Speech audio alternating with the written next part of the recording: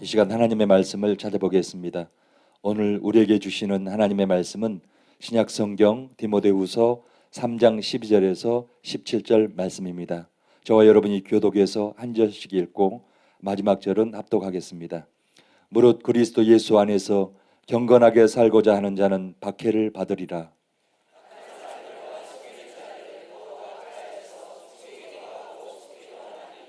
그러나 너는 배우고 확신한 일에 거하라. 너는 내가 누구에게서 배운 것을 알며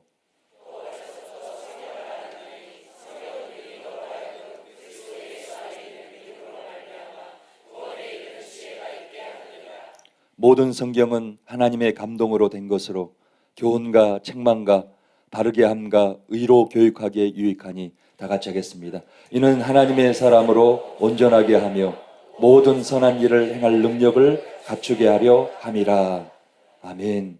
이제 담임 목사님께서 나오셔서 정경의 완성과 바른 해석의 중요성, 이런 제목으로 하나님 말씀을 선포해 주시겠습니다.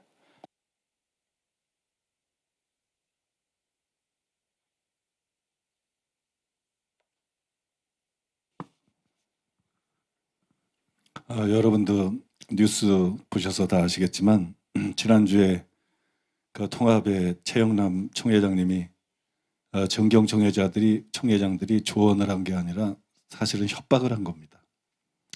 총회장을 탄핵하겠다 이렇게까지 협박을 해가지고 거기에 못 이겨가지고 사면 선포를 취소를 했어요. 정확하게 말하자 그러면 사면을 취소한 것이 아니라 사면 선포를 취소한 거예요. 그래서 사면을 여전히 유효하고 월요일부터 목요일까지 열리는 총회 때 그걸 다루게 되는데, 제가 볼 때 뭐 큰 희망이 있어 보이지는 않습니다.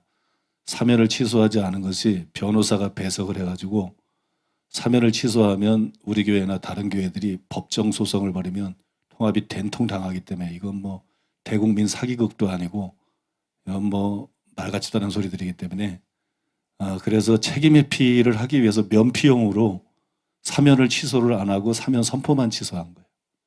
그래서 총회로 넘어가면 우리는 사면을 취소하지 않았는데 뭐 총회에서 이거를 안 받아들였다, 이렇게 이제 빠져나가기 위해서 꼼수를 쓴 건데, 뭐 저는 그렇다 할지라도 그 최영남 총회장님에 대해서 별로 섭섭한 게 없어요.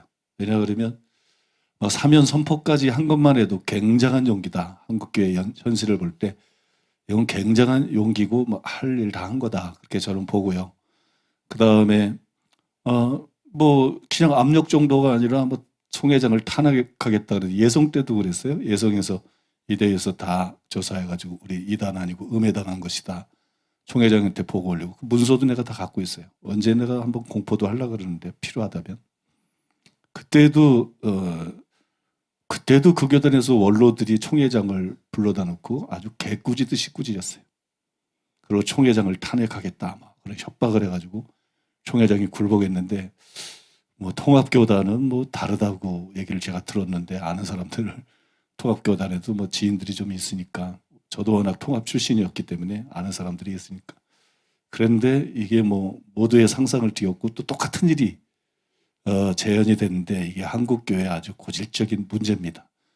똑같은 일이 재현이 됐는데 물에 빠진 사람을 구해줘도 내가 안 죽어야 구해주는 거지, 그죠? 내 앞에서 물에 빠지면 안 돼요. 내 앞에서 물에 빠지면 난 죽게 내버려둬요. 수영을 못하기 때문에 수영을 할 줄 알아요. 깨구리 헤엄, 뭐 개 헤엄, 그건 뭐 남 구할 수 있는 실력도 아니고 얼마 못 가요. 그러니까 물에 빠진 사람을 구해도 자기가 살릴 수 있을 때 구하는 거지, 그죠? 자기도 죽게 생겼는데, 그치? 그게 저는 총회장의 입장이 이번에 그랬다고 생각해요. 그래서 뭐 그런 어려운 환경을 잘 알기 때문에 사정을 알아서 뭐 거기까지 해준 것도 참 감사하다, 좀 좋은 분이다, 그렇게 생각하고 있고 참 감사하게 생각하고 있습니다. 아무튼 이게 총회로 넘어가는데 지금까지 행태를 봤을 때는 뭐 별 희망이 없어 보이지만 그래도 또 희망을 완전히 접을 상황도 아니에요. 누구도 예측할 수 없는 상황이에요. 왜 그러냐 그러면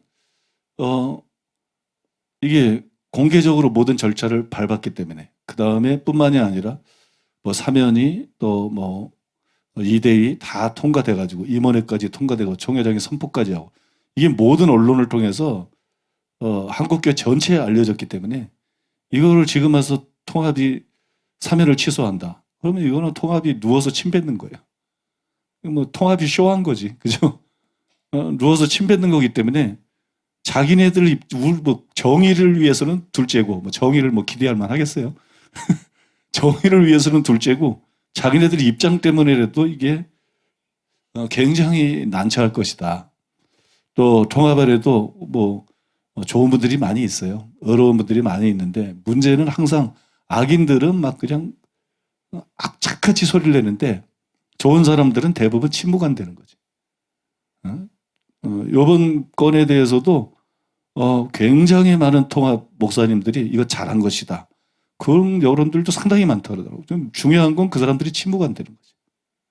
근데 악인들은 뭐 아주 악착같이 제가 한기총에서도 그렇고 예성에서도 악인들은 뭐 그냥 뭐 정말 악착같이 그냥 합니다. 그러니까 깡패 하나를 일반 사람 10사람이 못 당하는 것처럼 한국교회 목사들이 다 그렇게 인식이 없고 의식이 없고 양심이 없는 거 아닌데 문제는 용기가 없는 거예요. 용기가. 다 아는데도 용기가 없는 거예요. 뭐 통합총회장님도 올바른 걸 알고 바로잡으려고 그러면 저렇게 당하는 상황이니 일개 교수나 일개 목사가 바른 소리 하면 그거 뭐 같이 죽고 당하는 게 뻔하기 때문에 더 용기를 못 내는 거죠. 더 용기를 못 내는 건데 어쨌든 통합 안에도 좋은 목사님들이 많이 있기 때문에 뭐 그 사람들이 어떤 목소리를 낼 수도 있지 않을까. 이번에 언론을 통해서 많이 밝혀졌기 때문에 그럴 수도 있지 않나. 그래서 어떻게 될지는 몰라요. 근데 뭐 사람은 믿을 게 못 돼. 교계도 믿을 게 못 되고 그냥 하나님을 믿고 의지하고 하나님께 희망을 두고 기도하시기 바랍니다. 그 다음에 다음 주에 총회가 열렸는데 사면이 완전히 원천적으로 취소되고 무효가 그런 일이 나오기 힘들지만 그렇게 됐다. 그래도 웃으세요. 웃으세요. 왜냐 그러면 그리 아니하실지라도 그런 신앙을 가지면 됩니다. 우리가 사실 이 교회 성전에 들어와 있는 게 얼마나 기적적이고 놀라운 일인지 몰라요.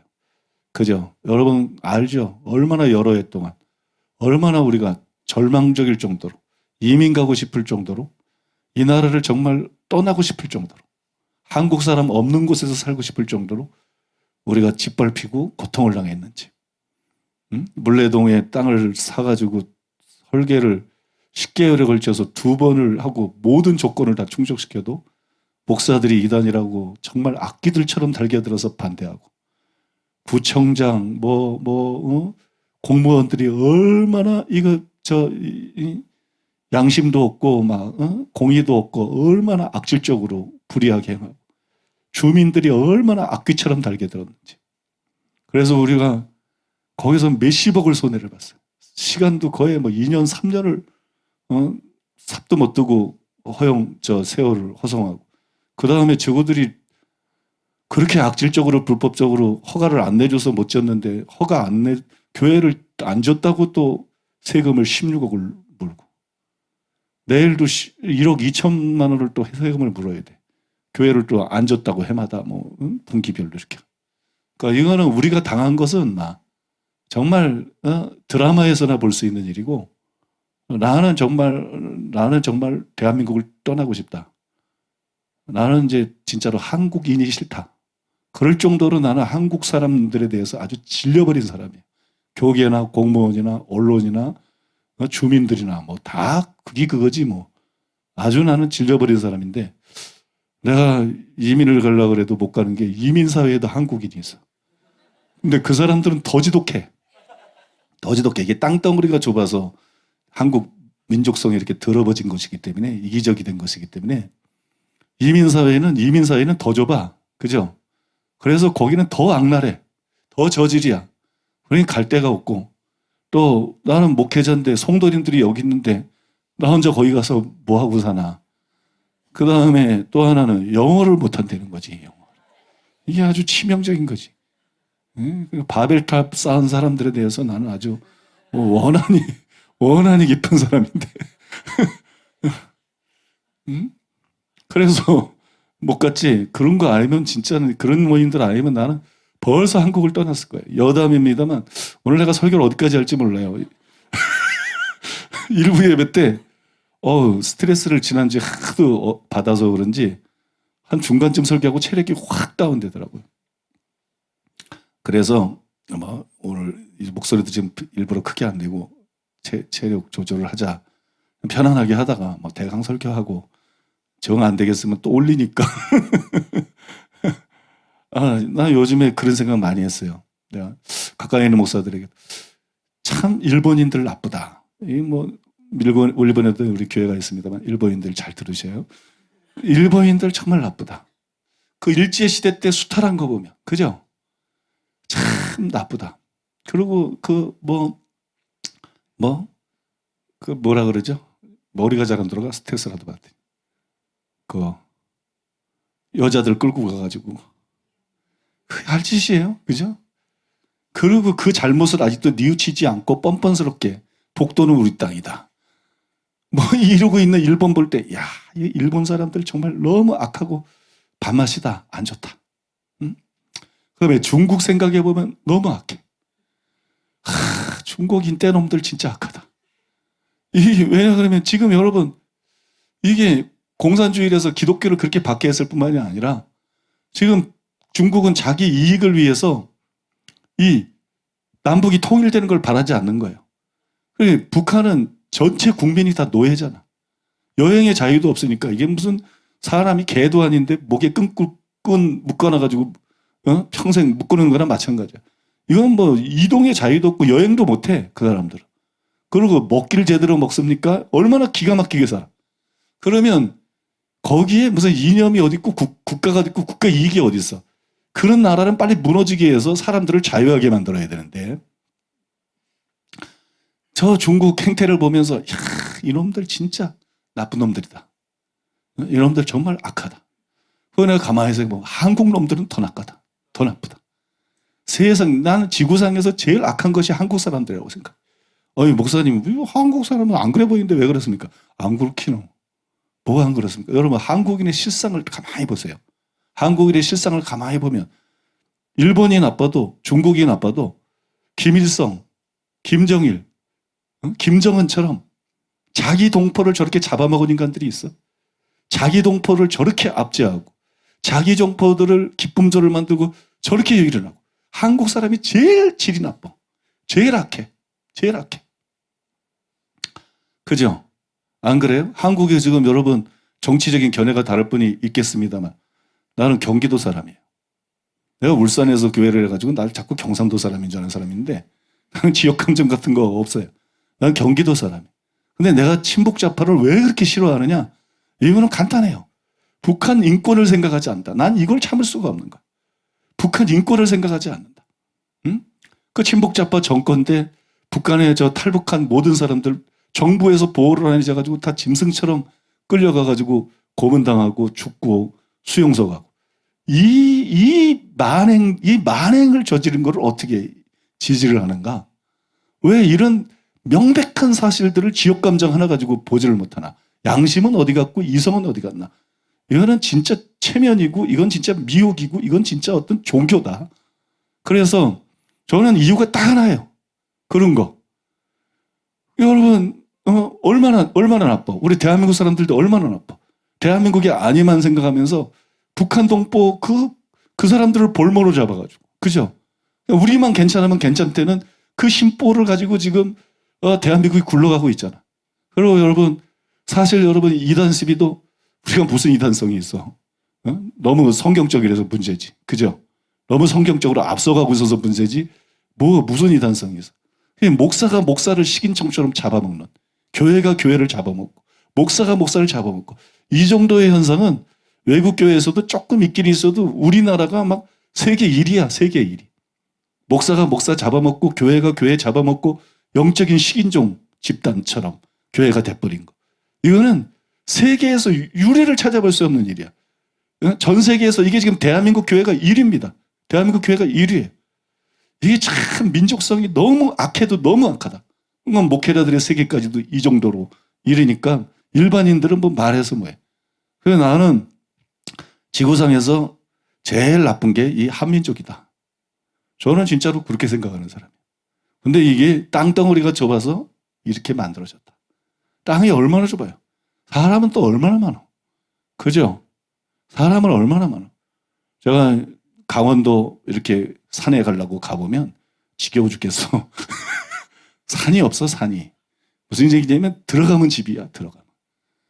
강원도인데 뭐 골골마다 그냥 들어가면 집이야, 들어가면 집. 들어가면 사람 사는데 뭐가 이렇게 순수한 산이 별로 없어. 그러니까 땅은 좁고 얼마나 사람은 많아. 그러다 보니까 이게 그냥 경쟁사회가 돼가지고 이기적이 되고, 그죠? 지역 이기주의, 교회 이기주의 막 가장 이기적이 돼가지고 무슨 뭐 법대로 무슨 뭐 허가를 하나 제대로 낼 수 있습니까? 건물을 하나 제대로 지을 수 있습니까? 지금 부산에도 빌딩 사가지고 지금 뭐 시간이 얼마가 지났는데 하나도 못하고 있잖아. 다 법적으로 문제가 없는 건데 그냥 이 나라는 진짜 법 위에 떼법이 있어가지고 그냥 이기적으로 목소리 크게 내면 이기고, 지금 교계도 똑같아. 그냥 목소리 크게 내면 이기고 그냥 우기면 이기고, 그냥 뭐 이게 도대체 원칙도 없고 정의도 없고 양심도 없고 개차반인 게 이 나라다. 정말 개차반인 게. 기자님 대박 났어요. 기자님 여기 또 와 있으면 오주 뭐 기사 얼마나 이거 쓰기 좋아. 문맥도 딱 떼어가지고 그냥 이상한 쪽으로만 몰아붙이면 뭐 기사 대박 나지. 쓰든가 말든가. 아무튼 여러분 그렇잖아요. 정말 우리 민족은 회개해야 됩니다. 정말 우리 민족은 회개하고 바뀌어야지. 교회도 바뀌고 정말 정치인도 바뀌고 관료들도 바뀌고 이 주민 백성들 이것도 다 바뀌어야 돼. 심보가. 이게 정말 심보가 바뀌어야지. 여러분 그러니까 이 민족이 살 길은 교회가 부흥하는 것밖에 없어요. 왜냐하면 사람을 회개시키고 사람을 새 사람 되게 하고 사람을 바꿔놓을 수 있는 거는 기독교의 복음밖에 없는데, 부흥하는 교회마다 그냥 이단으로 때려잡고 부흥만 하면 이단이다 3단이다 달겨들어서 난리들이고 이러니 여러분 이게 마귀 역사입니다. 이게 마귀 역사예요. 정말 마귀 역사예요. 여러분 성령 역사가 나타나면 그냥 달겨들어서 난리들이고 부흥하면 난리들이고 뭐 하는 짓이냐고. 무슨 뭐 지가 예수냐고. 우리끼리 무슨 서로 경쟁하는 거냐고. 힘을 합해서 복음을 전하고 힘을 합해서 불신자를 구원하고 힘을 합해서 영혼들을 살리고 이 나라의 이 더러운 국민성을 이 국민성을 바꿔나가고 그래야 이 나라에 희망이 있고 미래가 있는 것인데, 이건 부흥하면 이단 시비, 이건 뭐 부흥하면 성령의 역사가 일어나면 그래야 불신자가 오지. 성령의 역사가 일어나야지. 성령의 역사가 일어나면 무슨 신비주의 이단, 언제까지 이 짓거리 헛소리들을 하고 있을 거냐고. 언제까지 더러운 짓들을 하고 있을 거냐고. 정말 여러분 기도해야 됩니다. 기도해야 돼요. 그래서 저는 그 많은 고통을 당하면서 여기 올 때 우리 여기 들어오는 게 불가능했어요. 정말 불가능했습니다. 스트레스를 스트레스 막 그냥 뭐 어떤 절망감, 좌절감 뭐 어디 호소할 데도 없고 법도 없고, 야 이건 여기 민주주의 국가가 아니다. 무슨 민주주의 국가에서 건물을 사가지고 합법적으로 다 조건을 다 따져보고 들어오는데 리모델링도 못하고 들어오지도 못하고 이거 뭐 제동 걸리고 여기 들어오는 게 불가능했어요. 많은 사람들이 여기 못 들어온다 그랬어요. 이렇게. 여러분들은 그 상황을 다 몰라서 그러는데 이게 기적입니다. 기적. 여기 들어온 게 기적이에요. 그때 내가 하나님께 기도한 게 있어요. 하나님 이건 맨날 거짓말로 무슨 이단으로 매도당하고 이단도 아닌데 이단 소리 듣고 얼마나 교회들은 불이익을 당하고 그 지하에서 막 1시간만 지나도 막 골치가 아파 막 온몸이 다 그냥 피곤하고 막 그냥 뻑적지근하고 그래.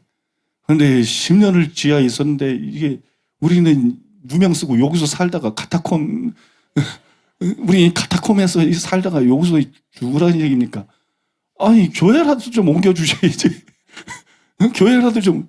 그래 내가 참 새성전이라도 리모델링해서 가서 거기서 남들이 2단이라 그러든 거짓말로 3단이라 그러든 우리까지 주님만 바라보고 열심히 주님 앞에서 바르게 신앙생활하다가 갈 수 있게 해주세요. 우리 기도를 얼마나 했는지 몰라. 기적적으로 우리가 여기 들어온 거예요. 그러니까 여기에 들어와 있는 것도 참 감사한 것이다. 여기 들어와 있는 것도 감사한 것이고. 그 다음에 여러분 이번 사태를 통해서 이제는 많은 게 드러났어요. 전에는 우리끼리 떠들었잖아. 내가 항상 진실을 얘기했어. 얼마나 우리를 악하게 매도했는지, 얼마나 거짓인지, 얼마나 절차들이 불법인지. 그러나 뭐 언론들이 안 떠드니까, 그죠? 맨 무슨 내가 거짓말하고 있는 줄 알아. 맨 언론들이 거짓말하고 있었는데, 뭐 교계에서 거짓말하고 다 내가 거짓말하는 줄 알아. 믿지를 않아. 근데 이번에는 언론들을 통해서 터졌어요. 언론들을 통해서 과정들이 전부 보도가 되고, 그러면 막바지가 되니까 이게 언론들이 이제 바른 소리를 내기 시작하더라고. 최근에 이제 언론들을 보면 언론들 중에 일부가 실제로 본질을 건드리더라고. 실제로 본질을 건드리고 바른 소리를 내기 시작하더라고. 그래서 이번에 우리 교회에 대해서 이렇게 기사가 올라온 걸 보면서 이거 누가 장난놀고 있구나 그런 생각이 들었어요. 구체적인 얘기는 안 하겠지만 이 언론을 통해서 언론 전체를 누가 뭔가를 좀 조종하고 있다. 내가 그렇게 말하는 다 근거들이 있는데 이게 좀 장난을 놀고 있다. 왜냐 그러면 다른 데 기사 쓰는 거는 뭐 깔끔하게들 쓰는데 사실은 문제가 없는 데는 우린데 사실은 이대위도 사면위도 다 통과되고 문제가 없는 데는 우린데 다른 데 기사는 오히려 뭐 깔끔해. 근데 우리 교회권에 대해서만은 뭐 뭘 고치기로 했다, 뭘 사과를 했다, 뭘 지도를 받기로 했다, 뭐 이런 거로 전부 돼 있어. 여러분 실세는 그게 아니거든요. 실제로는 그게 아니고 첫 번째부터 언론 기사들을 전부 보세요. 우리 교회에 대해서 이단성을 발견하기 어렵다. 이게 실체라고. 사과가 중요한 게 아니고 우리 교회에 대해서 조사하는 이단이고 막 문제가 많고 그런데 막 사과하고 막 수그리고 교육받게 그래서 풀어준 게 아니라고. 실체는 이단성을 발견하기가 어렵다. 근데 왜 말을 그렇게 비겁하게 조사인데 이단성이 없었다지. 그죠? 발견하고 어렵게 눈이 침침한가? 아무튼 이단성이 없다는 얘기죠. 그 얘기를 갖다가 이게 실체라고. 이게 몸통이라고. 근데 이게 봐봐. 이 해제한다 그러니까 얼마나 벌떼처럼 날린가. 한국교회가 이런 거를 사람들이 다 알고 있다고. 응?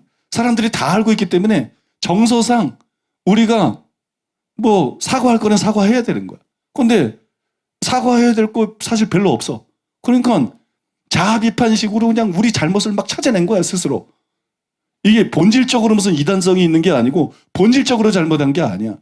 우리가 한국교회에 대해서 불이하게 그렇게 당했는데 비판할 수 있는 거지, 당연히.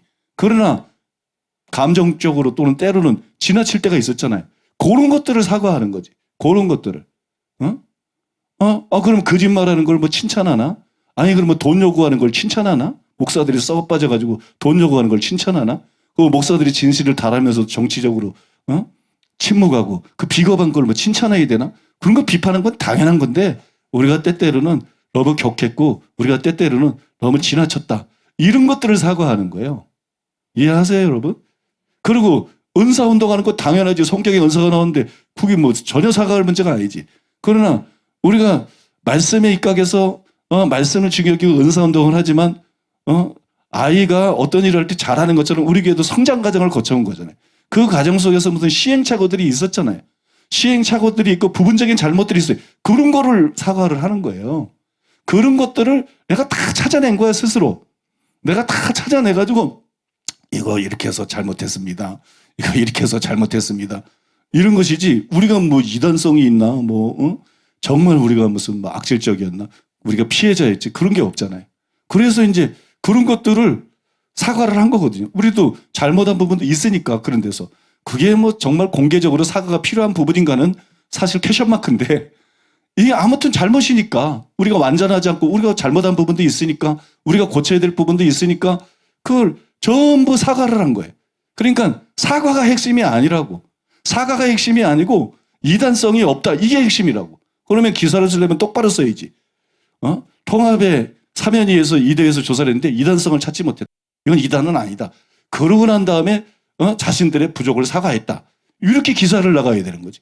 그냥 그런 거는 없이 무슨 사과를 하고 뭘 교육을 받기를 원하고 뭐 했고 뭐 이런 것들만 막 지저분하게 다 쓰고 나서 그래가지고 무슨 뭐 사면을 갖다가 막 구걸해낸 것처럼 그렇게 막 기사를 썼다고. 그래서 여러분 참 이거 누군가 언론을 조종하고 있다. 이 기자들이 이거 모르지 않을 텐데. 다른 데들은 전부 깨끗하게 깨끗하게 긍정적인 측면. 왜 우리 교회가 제일 문제가 없는 데인데 우리 교회는 꼭 이렇게 지저분하게, 응? 꼭 이렇게 지저분하게 기사를 쓰는가? 이거 누군가의 손이 있다. 응?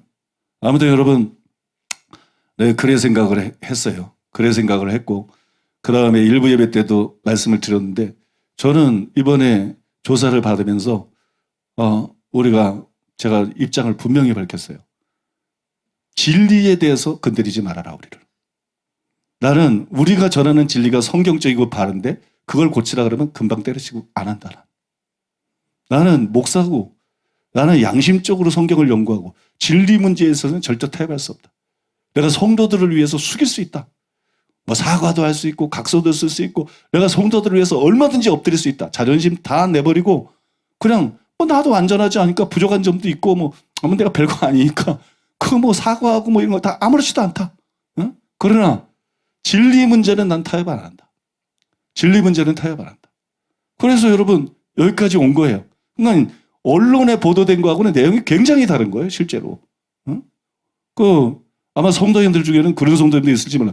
왜 목사님이 저렇게 비굴하게 사과를 하고 그냥 저 자세로 나가고 뭐 무조건 저러고 저럴 필요가 있나?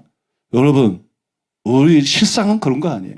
우리가 한국교회 정서가 그렇기 때문에 또 우리도 잘못한 부분은 분명히 있기 때문에 그리고 뭐 통합에서 이렇게 어려운 일을 나서가지고 이런 거 바로잡아 준다는데 우리가 사과할 거는 사과하고 또 우리가 지나친 면들이 분명히 있었고, 그죠?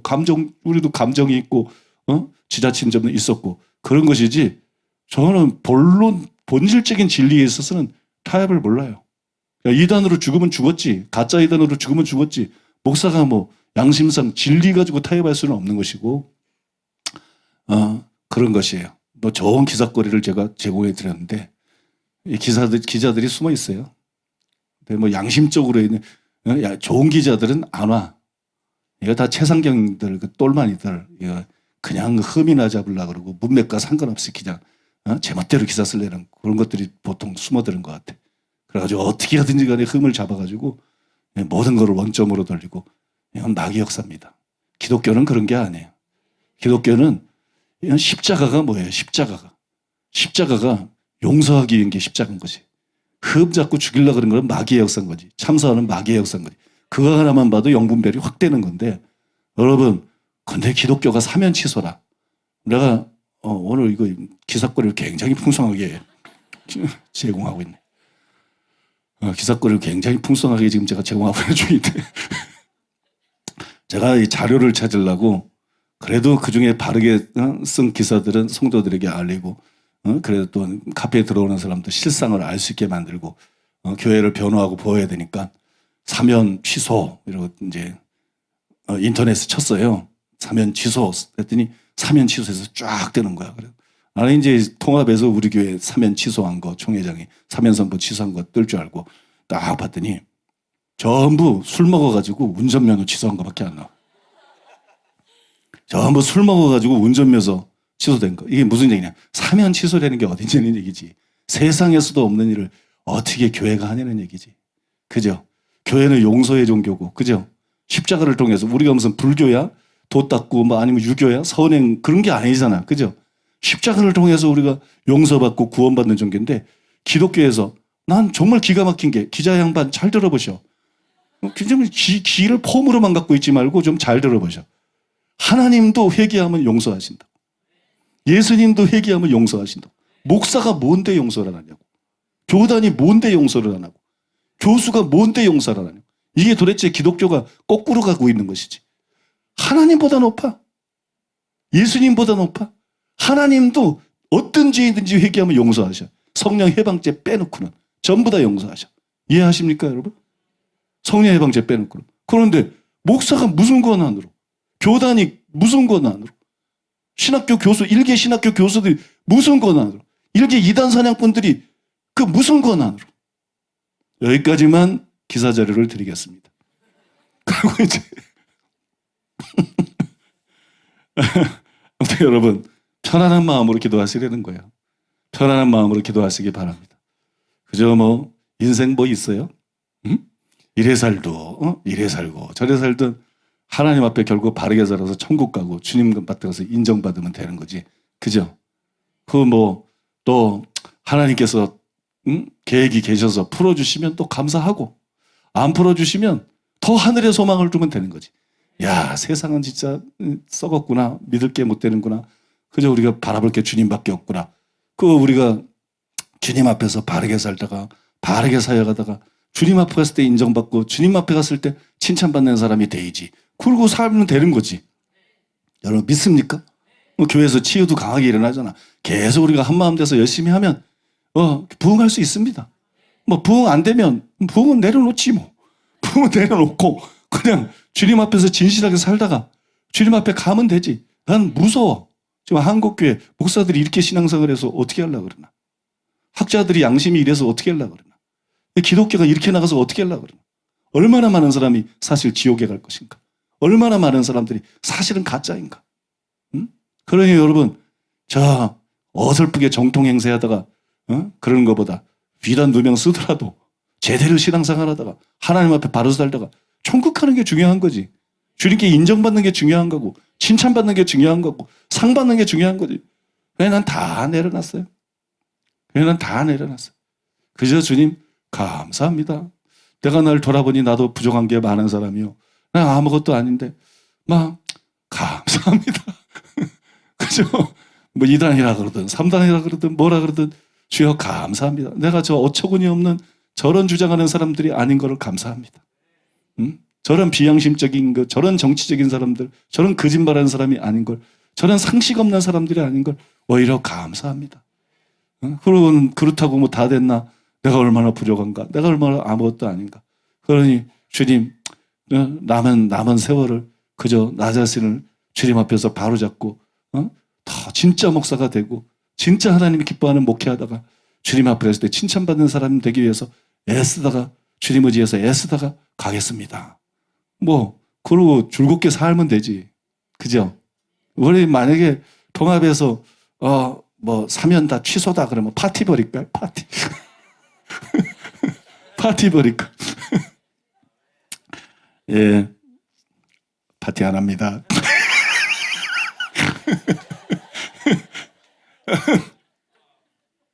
예, 성경 66권 과연 신뢰할 수 있는가? 이런 큰 제목을 가지고 정경 확립에 관한 의문과 해답을 우리가 살펴보고 있는데 한 2번 설교하면 제가 끝날 줄 알았는데 이게 벌써 한 달이 넘어버렸어요. 첫째로 종교회의에서 결정한 정경을 어떻게 신뢰할 수 있는가? 두 번째로 구약 39권은 과연 절대적인 권위를 가진 정경인가? 세 번째로 왜 가톨릭과 개신교에서 사용하는 정경이 다른가?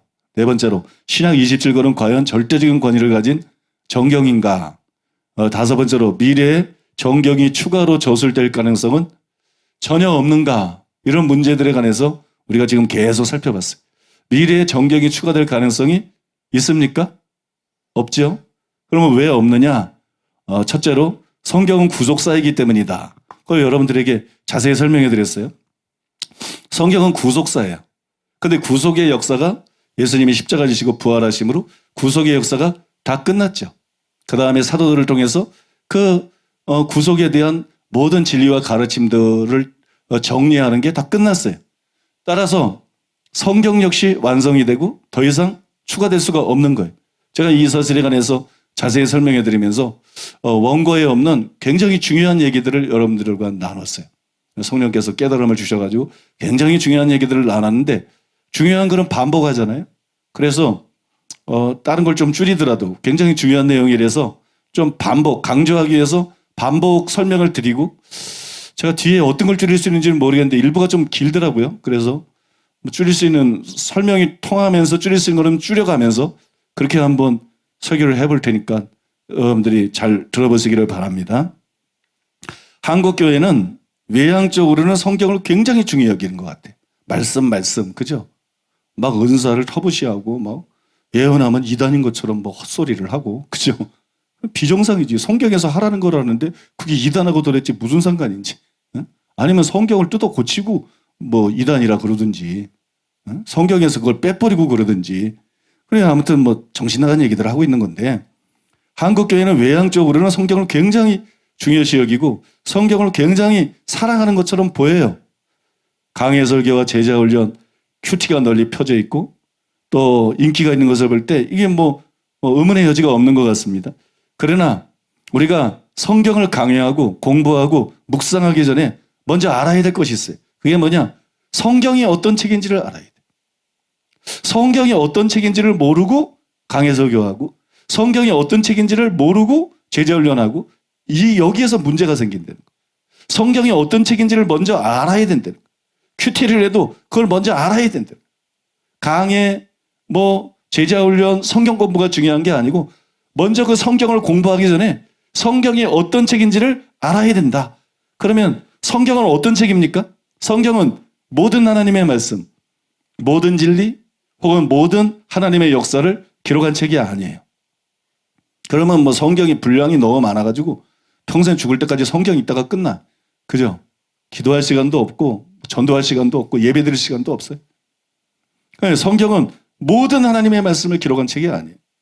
성경은 모든 진리를 기록한 책도 아니에요. 성경은 모든 하나님의 역사를 기록한 책도 아니에요. 그럼 성경은 어떤 책이냐? 성경은 구속사와 얽혀 있고 구속사 중심으로 기록한 책이에요.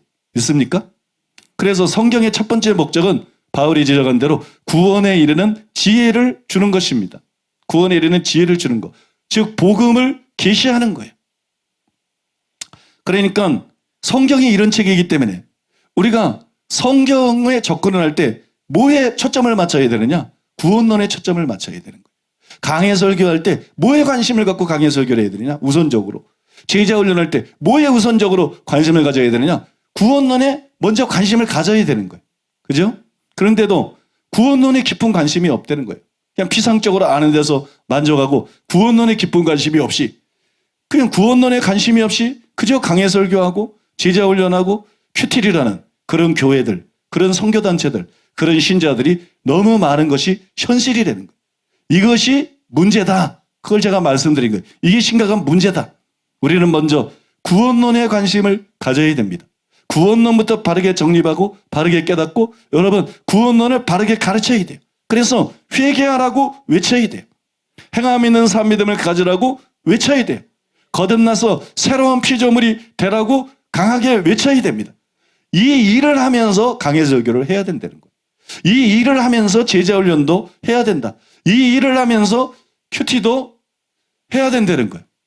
여러분 옥하는 목사님이 강해 설교 제자 훈련으로 유명한 분인데 그분이 100주년 평양부흥 100주년 성회 상암 경기장에서 할 때 말했잖아요. 회개를 외치지 않는다. 행함 있는 산 믿음을 외치지 않는다. 그죠? 목회자들이 한국교회 목회자들이 복음을 변제시켰다. 복음을 변제시켰다. 과연 복음을 변제시키지 않았다고 담대하게 주님이 말할 사람이 한국교회 목회자들이 몇이나 되겠는가? 이건 내가 말했으면 당장 이단이라고 그랬을 거야. 오 목사님이 말하니까 아멘이래. 선지자적인 외침이래. 그리고 그때 그 설교를 듣고 많은 사람들이 우리 교회로 왔어요. 그런 교회가 실제로 있다. 옥하는 목사님은 자신이 제자 훈련을 했지만 그렇게 정직하게 하지 못했다. 사람 눈치를 보고 그렇게 하지 못했다. 그리고 탄식했어요. 근데 그렇게 하는 교회가 있다. 그렇게 하는 교회가 있다. 그래서 많은 사람들이 그때 갑자기 우리 교회로 몰려온 일이 있어요. 여러분 제자 훈련을 하더라도 회개를 분명하게 외치고 행함 있는 산 믿음을 분명하게 강조하고 그 다음에 거듭나야 될 필요성에 대해서 거듭남의 증거들에 대해서 여러분 분명하게 외치면서 제자 훈련도 하고 강해 설교도 하고 큐티도 하라는 거예요. 제자 훈련 자체가 나쁜 건 아니죠. 강해 설교 자체가 나쁜 건 아니에요. 큐티 자체가 나쁜 건 아니에요. 먼저 여러분 구원론에 관심을 가지고 성실하게 구원론을 선포하면서 그런 일을 해야 된다는 거예요. 믿습니까? 그것이 진짜로 바른 것이다. 그냥 강해 설교만 하고 있다고 바른 게 아니고 제자 훈련만 하고 있다고 건전하고 바른 것은 아니라는 것이. 만약에 설교자들이 이 사실을 인식하고 그렇게 했다 그러면 한국 교회는 지금 같은 모습은 절대로 아닐 것입니다. 그냥 아무렇게나 살아도 천국 간다고 생각하니까 목사들이 저러는 거예요. 아무렇게나 살아도 천국 간다고 착각하고 있으니까 교수들이 저러는 거고 교계가 저러는 거예요. 그러니까 여러분 구원론을 제대로 선포했다면 한국 교회는 지금같이 이렇게 망가진 모습은 아니었을 것이다. 지금 같은 모습은 아니었을 것이다. 교회에 대한 평가가 얼마나 싸늘하고 냉정합니까? 그죠? 얼마나 싸늘하고 냉정해. 여러분 절대로 지금 말씀드린 대로 구원론을 제대로 선포하면서 강해 설교하고 제자 훈련하고 큐티를 했다 그러면 국민들의 교회에 대한 평가가 달라졌을 것이다. 지금처럼 개독교라는 소리를 듣고 목사라고 어디 가서 말하기가 부끄러운 그런 세상이 아니었을 것이다. 국민들도 기독교에 대해서 호감을 갖고 인정했을 것이고 교회가 부흥했을 것이다. 결국 여러분 한국교회 숫자가 떨어지고 있는 것은 교회가 부패했기 때문이에요. 교회가 변질되고 타락했기 때문이에요. 여러분 교회가 올바른 구원론을 통해서 여러분 올바로 회개하고 올바로 하나님 말씀대로 살았다 그러면 한국교회가 이렇게 되지는 않았을 거라는 거예요. 이게 굉장히 심각한 중요한 점이죠. 다음으로 성경은 어떤 책인가? 성경은 모든 하나님의 말씀, 모든 진리, 또 모든 하나님의 역사를 기록한 책이 아니라 첫째, 구속사와 관련이 있고 구원에 이르는 지혜를 주게 한 책이다. 성경대로 말씀드렸죠. 디모데후서 3장 15절 말씀드렸죠. 또 성경은 어떤 책이냐? 또 성경은 나아가서 구원받은 사람들을 성장시키는 데 필요한 교훈과 책망과 바르게 함과 의로 교육하기에 유익한 책이다. 구원받은 사람들을 성장시키는 데 필요한 진리들을 담고 있는 책이라는 거예요. 즉 영적인 저지고 영적인 밥으로 주어진 것이 성경이라는 거예요. 이것이 여러분 바울의 글에 분명하게 나타나 있어요. 디모데후서 3장 16절로 17절 모든 성경은 하나님의 감동으로 된 것으로 교훈과 책망과 바르게 함과 의로 교육하기에 유익하니 이는 하나님의 사람으로 온전하게 하며 모든 선한 일을 행할 능력을 갖추게 하려 함이라. 그러니까 구원론 다음으로 중요한 게 뭐냐? 뭐 강해 설교를 하든 제자 훈련을 하든 설교를 하든 성경 공부를 하든 구원론 다음으로 중요한 게 뭐냐? 그것은 성화론입니다. 성령의 은사에 대한 것도 그거보다 중요한 게 아니에요. 여러분 구원론 다음으로 중요한 건 성화론이. 우리는 거룩을 강조해야 됩니다. 우리는 여러분 사랑을 강조해야 됩니다. 우리는 예수님 닮는 것을 강조해야 됩니다. 그런데 과연 한국교회가 그렇게 하고 있느냐? 목회자들이 그렇게 하고 있느냐? 설교자들이 그렇게 하고 있느냐? 그런 분들도 있지만 그렇게 안 하는 분들이 훨씬 더 많은 게 사실이죠. 그죠?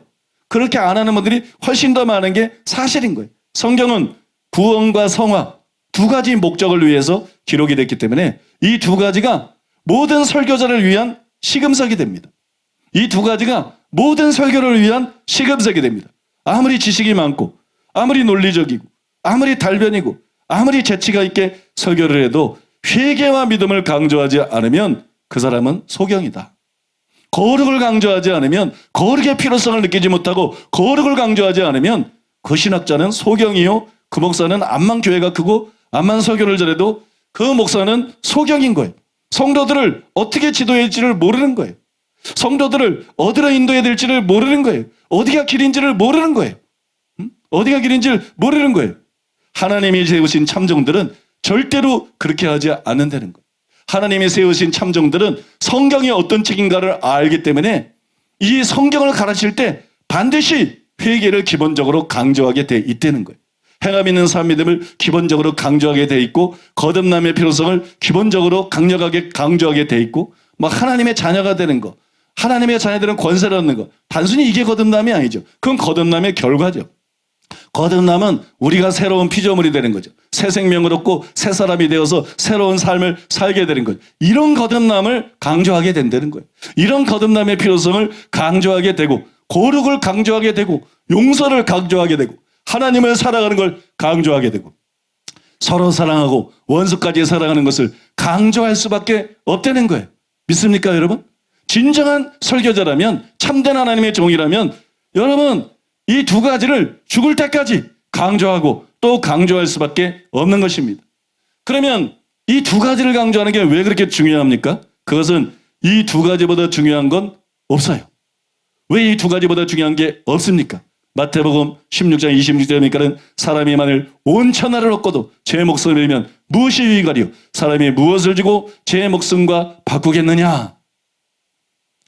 히브리서 9장 27절이니까 한 번 죽는 것은 사람에게 정하신 것이요 그 후에는 심판이 있으리니. 전도서 12장 13절 14절 보면 일의 결국을 다 들었으니 하나님을 경외하고 그의 명령들을 지킬지어다. 이것이 모든 사람의 본분이니라. 하나님은 모든 행위와 모든 은밀한 일을 선악간에 심판하시리라. 이 말씀들을 종합해 보세요. 사람이 죽습니다. 사람이 언젠가 다 죽어요. 사람이 언젠가 다 죽는데 얼마나 많은 지식이 있느냐, 얼마나 많은 돈을 갖고 있느냐, 얼마나 이 사람이 인기가 있고 명예를 가진 사람인가, 아니면 얼마나 권력을 갖고 있나, 이게 중요한 게 아니에요. 여러분, 죽은 후에 받는 심판을 통해서 성공과 실패가 판가름 나는 거예요. 지식이 아니고 돈이 아니고 인기가 아니고 권력이 아니라 그거 가지고 판결이 나는 거예요. 아무리 잘생기면 뭐예요? 아무리 공부 잘하면 뭐예요? 아무리 돈 많이 벌고 명예를 얻고 권력을 잡으면 뭐예요? 지옥 가면 다 끝이에요. 지옥 가면 아무 소용 없는 거예요. 이해하십니까? 또 설사 지옥에 가지 않는다 할지라도 천국에서 상 받지 못하면 그게 다 무슨 의미가 있어요? 천국에서 상 받지 못하면 그거 다 아무 소용도 없는 것이에요. 그렇지 않습니까, 여러분? 아까도 말씀드렸지만 우리가 이 성전에 들어오기 전에 지하 생활하고 이단으로 매도당하고 성도들은 성도대로 교회는 교회대로 타격을 입고 힘들고 늘 속 터지는 소식뿐이고 속 터지는 일뿐이고 얼마나 스트레스 내 머리카락 봐요. 얼마나 스트레스 이게 막 스트레스 받아서 열이 위로 올라가니까 풀이 안 자라는 거야. 돌밭은 흙이 얇아서 해비가 나면 해가 져서 이게 따뜻해져가지고 풀이 안 자란다잖아. 이게 얼마나 풀이 안 자라는 거야, 풀이. 그래서 그런데 참 정말 각고의 노력 끝에 많은 과정들을 거쳐서 정말 어렵게 우리가 여기 리모델링을 끝나고 들어왔어요. 그죠? 나는 그때 어떻게 생각하느냐? 나 해외여행 안 가. 난 솔직히 그랬다니까. 나 해외여행 안 가. 왜? 억울해서 어떻게 가나? 해외여행 가다가 비행기 떨어져 죽으면 이거 어떻게 들어온 이게 어떻게 해서 들어온 새성전인데, 이게 어떻게 해서 들어온 새성전인데 해외여행 가다가 비행기 떨어져 죽으면 우리 부목사님들 차 타고 참 운전할 때 운전 똑바로 하라고, 졸리면 말하라고, 그거 방어운전이라고, 방어운전. 응? 왜? 죽으면 얼마나 억울해. 이거 얼마나 어렵게 해서 여기 들어왔는데 이 새성전에 들어왔다는 게 꿈만 같은 거야. 이게 너무 좋은 거야. 근데 그게 몇 달 안 가더라. 지금은 이게 없는 것 같아. 이게 없는 것 같아. 이 새성전에 대한 인식이 나에게 1%도 없어. 이건 없는 거야. 이게 다 신기루 같아. 그래서 제가 알았어요. 야, 연세중앙교회가 얼마나 교회를 크게 잘 졌나, 여의도교회가 얼마나 잘 졌나, 명성교회가 얼마나 다 소용없구나. 다 아무것도 아니구나. 내가 경험해보니까 야, 이거보다 10배 100배 지어도 그거 몇 달 못 가겠다. 그 다음에는 있어도 없는 것 같아. 재벌 드라마가 많은데 사람들이 돈이 없어 봐서 그래. 재벌 그거 별것들 아니야. 그거 부러워할 거 없어요. 그것도 이게 없다가 있으니까 그렇지, 있어봐 그거 별거 아니야. 몇 천억이 있든 몇 조가 있든 그거 별거 아니야. 그냥 의식도 못하는 거야. 나중엔 어느 정도만 심화가 지나도 다 그냥 평이해지고 다 일상적이 돼가지고 그게 의식도 못하는 거야. 의식도 세상 게 다 그런 거야. 여기 청년들이 많아요. 여기 청년들이 많은데 장동건이랑 결혼하면 좀 잘생긴 누가 있나? 아니면 뭐 또 여자 탤런트 중에 누가 있나? 이름도 몰라. 누구 하나 이름 알 것 같았는데. 그 여자 탤런트, 그 사람이랑 결혼하면. 근데 그 사람이랑 결혼한 사람들이 나중에 많이 이혼하잖아. 그게 저렇게 잘생긴 사람하고 정신이 나갔나? 왜 이혼하나? 저렇게 이쁜 사람하고 꿈 같은 때 황홀할 텐데 왜 이혼하나? 그것도 좀 살아봐. 좀 살다 보면 있는 듯 없는 듯. 이게 세상 거야. 이게 세상 거. 세상 거는 뭐든지 다 그래. 그래서 여러분, 우리가 세상 거를 추구하면 안 되고 중요한 거는 죽고 난 다음에 받을 심판을 염두에 둬야 되고, 여러분 순례자가 돼서 저 천국을 향해서 나가야 되고, 하나님이 주시는 상을 바라보고, 바울이 상 바라보고 달려갔잖아요. 상을 바라보고 우리가 신앙생활하고 상을 바라보고 사역하고 믿습니까? 뭐 총회장 되려고 돈 쓰고 이러는 거 아니고 상을 바라보고 우리가 여러분 사역하고 나아가야 된다는 것이 믿습니까? 이거보다 중요한 게 없다. 내가 천국 들어가는 거 이거보다 중요한 게 없다. 여러분 믿으십니까? 내가 천국에서 큰 자가 되는 거 이거보다 중요한 건 없다. 지구상에 태어나서 수많은 일을 우리가 인생을 겪지만 이거보다 중요한 일은 없다. 이게 결정적으로 중요한 거예요. 그래서 하나님께서 성경에 인생에게 가장 중요한 두 가지를 핵심으로 양기둥으로 기록한 거예요. 하나는 구원론, 하나는 성화론입니다. 믿으십니까? 하나는 구원론, 하나는 성화론. 이걸 계시하신 거예요.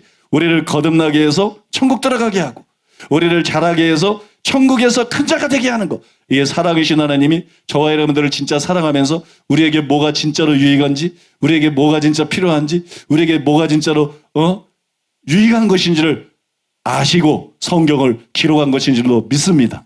그래서 여러분 설교자가 강해 설교자 한다고 이게 설교자가 아니야. 제자 훈련 잘한다고 이게 설교자가 아니야. 설교자는 이 두 가지 초점을 가지고 강해 설교를 하고 제자 훈련을 하고 설교를 해야 이게 제대로 된 목사야. 이게 제대로 영혼을 인도하는 자예요. 여러분 믿으십니까?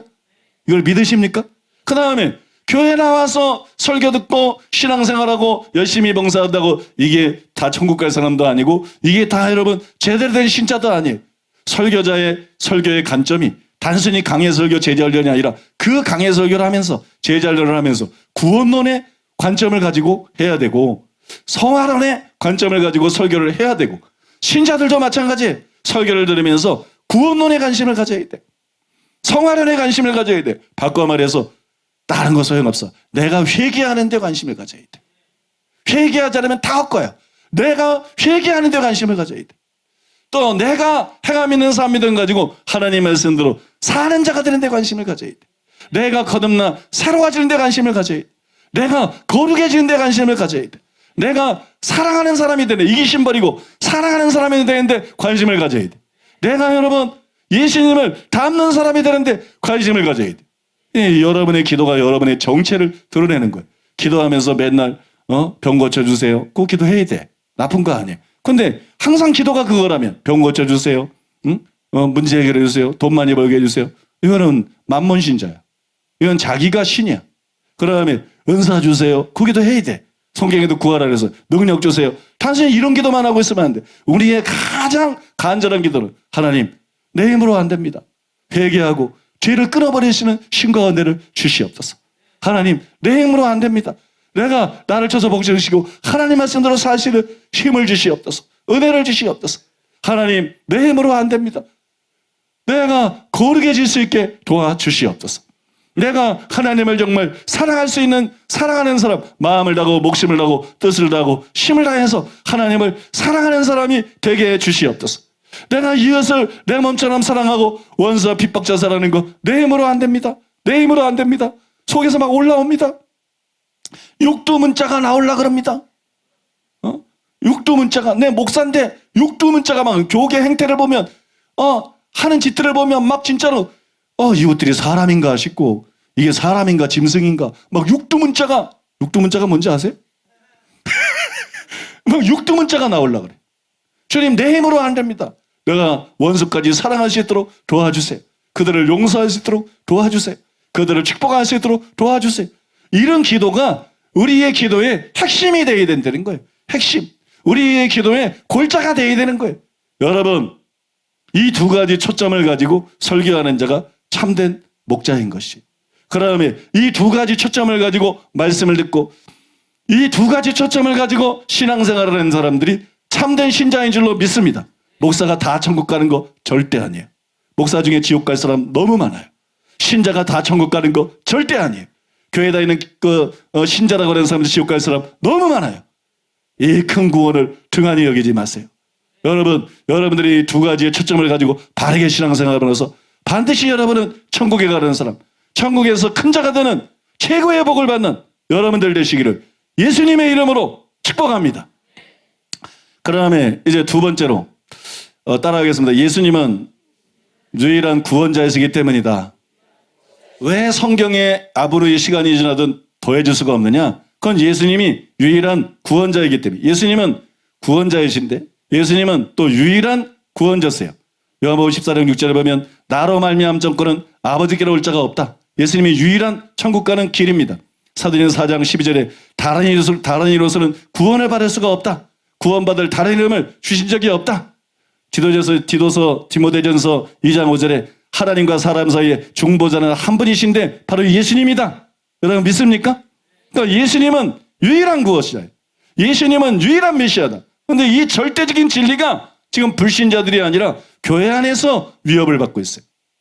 교회 안에서 자유주의 신학자들, 종교 다원주의, 여러분 목사들 중에도 그 세뇌된 가톨릭은 완전히 글로 넘어가 버렸고, 지금 교회 안에서도 신학자들이나 목사들 중에 이런 잘못된 사상, 이게 진짜 이단이죠. 교회 안에 이런 이단 목사들이 제법 많이 있어요. 이런 이단 신학대학 교수들도 제법 많이 있어요. 그러면 왜 예수님만 구원자인가? 왜 석가를 믿어서는 천국 못 가나? 왜 공자를 믿어서 천국 못 가나? 왜 마호메시나 알라를 믿어서는 천국 못 가나? 이건 기독교의 이건 독선적인 거 아닌가? 그렇지 않습니다. 존 스토트가 그걸 잘 설명을 했는데 간단하게 설명해드리면 이런 내용이에요. 요약하기 위해 설명해드리면 예수님만이 왜 유일한 구원자인가? 그건 세 가지를 보면 알 수 있다는 거예요. 첫째, 예수님의 탄생을 보면 알 수 있다. 예수님은 성령으로 동정녀 마리아에게 태어나심으로 하나님이시며 인간이시다. 그냥 인간이 땅에 태어난 게 아니다. 하나님이 성령의 능력으로 마리아의 몸을 빌려서 하나님이시며 사람이신 예수님이 이 땅에 오신 것이다. 믿습니까? 그다음에 그렇기 때문에 성령의 능력으로 태어났기 때문에 인간은 다 죄성이 있어요. 그러나 예수님은 죄성이 없다. 예수님은 어린 양이다. 점도 없고 흠도 없는 어린 양, 인류를 위한 대속제물이 없는, 죄가 없는 구속자가 될 수 있는 유일한 분이다. 믿습니까? 그 다음에 두 번째로 예수님은 예수님이 죄도 없이 의롭게 평생 살았어도 우린 다 지옥 가야 돼. 아무 소용이 없어. 근데 예수님이 십자가에서 희생제물이 돼. 우리 죄를 다 짊어지고 가셨어. 예수님은 한 분 돌아가셨는데 예수님은 하나님이세요. 인간하고 가치가 달라요. 예수님 한 분의 죽음은 온 인류의 죄를 사하고도 남습니다. 남습니다. 믿습니까? 인류가 지금보다 1000배로 더 많다 그래도 온 인류의 죄를 사하고도 남습니다. 예수님은 대속의 죽음을 죽음으로써 인간의 죄 문제를 해결하시고 죄 때문에 지옥 가야 되는데 지옥 안 갈 수 있는 길을 열어놓은 유일한 분이다. 그다음에 예수님은 부활하셨어요. 우리가 죄 용서 받는다고 구원이 그게 전부가 아니에요. 아버지 뜻대로 들어가리라 분명히 말씀했기 때문에 하나만 있을 수는 없지만 둘 다가 함께 오는 것이지만 여러분 어떻게 해야 되느냐? 우리가 거듭나야 돼. 그에 예수님이 부활하심으로 우리가 그 안에서 살아나는 거예요. 하나님께 대해 살아나는 거예요. 예수님이 부활하심으로 여러분 예수님을 부활시키신 성령이 우리에게 주어질 수 있는 거예요. 그래서 여러분 성령으로 거듭날 수 있는 거예요. 믿습니까? 그 예수님만이 구원자이시다. 예수님만이 유일한 구원자이시다.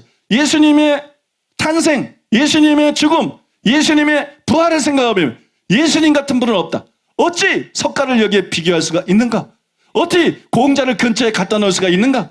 어찌 마호멧 같은 걸 옆에 갖다 놓을 수가 있는가? 비교 대상이 아니다. 예수님은 유일한 분이신다. 예수님 같은 분은 없다. 예수님은 인류의 유일한 희망이시다. 여러분 이걸 믿으십니까? 예수님은 유일한 구원자예요. 그래서 종교다원주의는 이단인 거예요. 종교다원주의는 이단이고 예수님만이 메시아이기 때문입니다. 우리에게는 다른 예수가 필요하지 않습니다. 다른 메시아가 필요하지 않습니다. 예수님으로 충분합니다. 또 복음으로 충분합니다. 바울이 갈라디아서 1장 7절에서 9절에서 그렇게 말했어요. 다른 복음은 없다. 하늘에서 내려온 천사라도 우리가 너에게 전한 복음에 다른 복음을 전하면 저주를 받을지어다. 막 이런 얘기들 몇 번 했어요. 다 읽으면 시간 걸려요? 아무튼 이런 얘기들 했어요. 이 구절에 대해서 헤레스긴 목사님이 특이한 설명을 했는데 바울은 이미 놓여진 기초 위에 우리가 어떻게 세울 것인가를 주의해야 한다고 경고한 것입니다. 우리는 그것에 뭔가를 더할 수도 뭔가를 제거할 수도 없습니다. 다른 복음은 없기 때문에 다른 책이 필요하지 않은 거예요. 복음을 설명하고 있는 여러분 사복음서와 복음을 제대로 설명하고 있는 바울 서신과 신약 성경이면 족한 것이 다른 복음은 없기 때문이에요. 믿습니까? 이것이 정경의 완성과도 관련이 있다는 거죠. 또 예수님이 말씀했어요. 마태복음 24장 14절에서 이 천국 복음이 모든 민족에 증거되기 위하여 온 세상에 전파되리니 그제야 끝이 오리라. 저는 이 말씀도 성경의 완성과 관련이 있다고 생각해요. 왜 관련이 있다고 생각하느냐? 예수님은 세상 끝날까지 천국 복음이 전파된다고 말씀했어요. 복음은 1000년 지나다가 바뀌는 게 아니에요. 한 몇천 년 지나면 바뀌는 게 아니에요. 세상 끝날이 올 때까지, 세상 끝날이 올 때까지. 믿습니까? 이 복음에 없어요. 그래서 신천지는 무조건 가짜예요. 통일교도 무조건 가짜고, 전도가도 무조건 가짜고, 몰명교도 무조건 가짜고. 세상 끝날까지 다른 복음은 없어요. 믿습니까? 세상 끝날까지 다른 복음은 없어요. 세상 끝날까지 천국 복음이 전파가 됩니다. 그래서 여러분, 신약에 기록되어 있는 복음과 가르침이면 충분한 것이, 그것으로 끝인 것이, 그 외에 뭐가 더해질 필요가 없는 것이에요. 정경은 완성된 것이에요. 그래서 아무리 시간이 흘러도 추가될 수가 없는 것인 줄로 믿습니다. 세 번째로 따라해 보겠습니다. 예수님과 사도들의 증언이 최종적인 것이기 때문이다. 제가 이 설교를 할 때 히브리서 1장 1절에서 2절이 떠올랐어요. 그것이 신약 성경의, 신약 정경의 완성과 관련이 있다. 그런 생각이 들었습니다.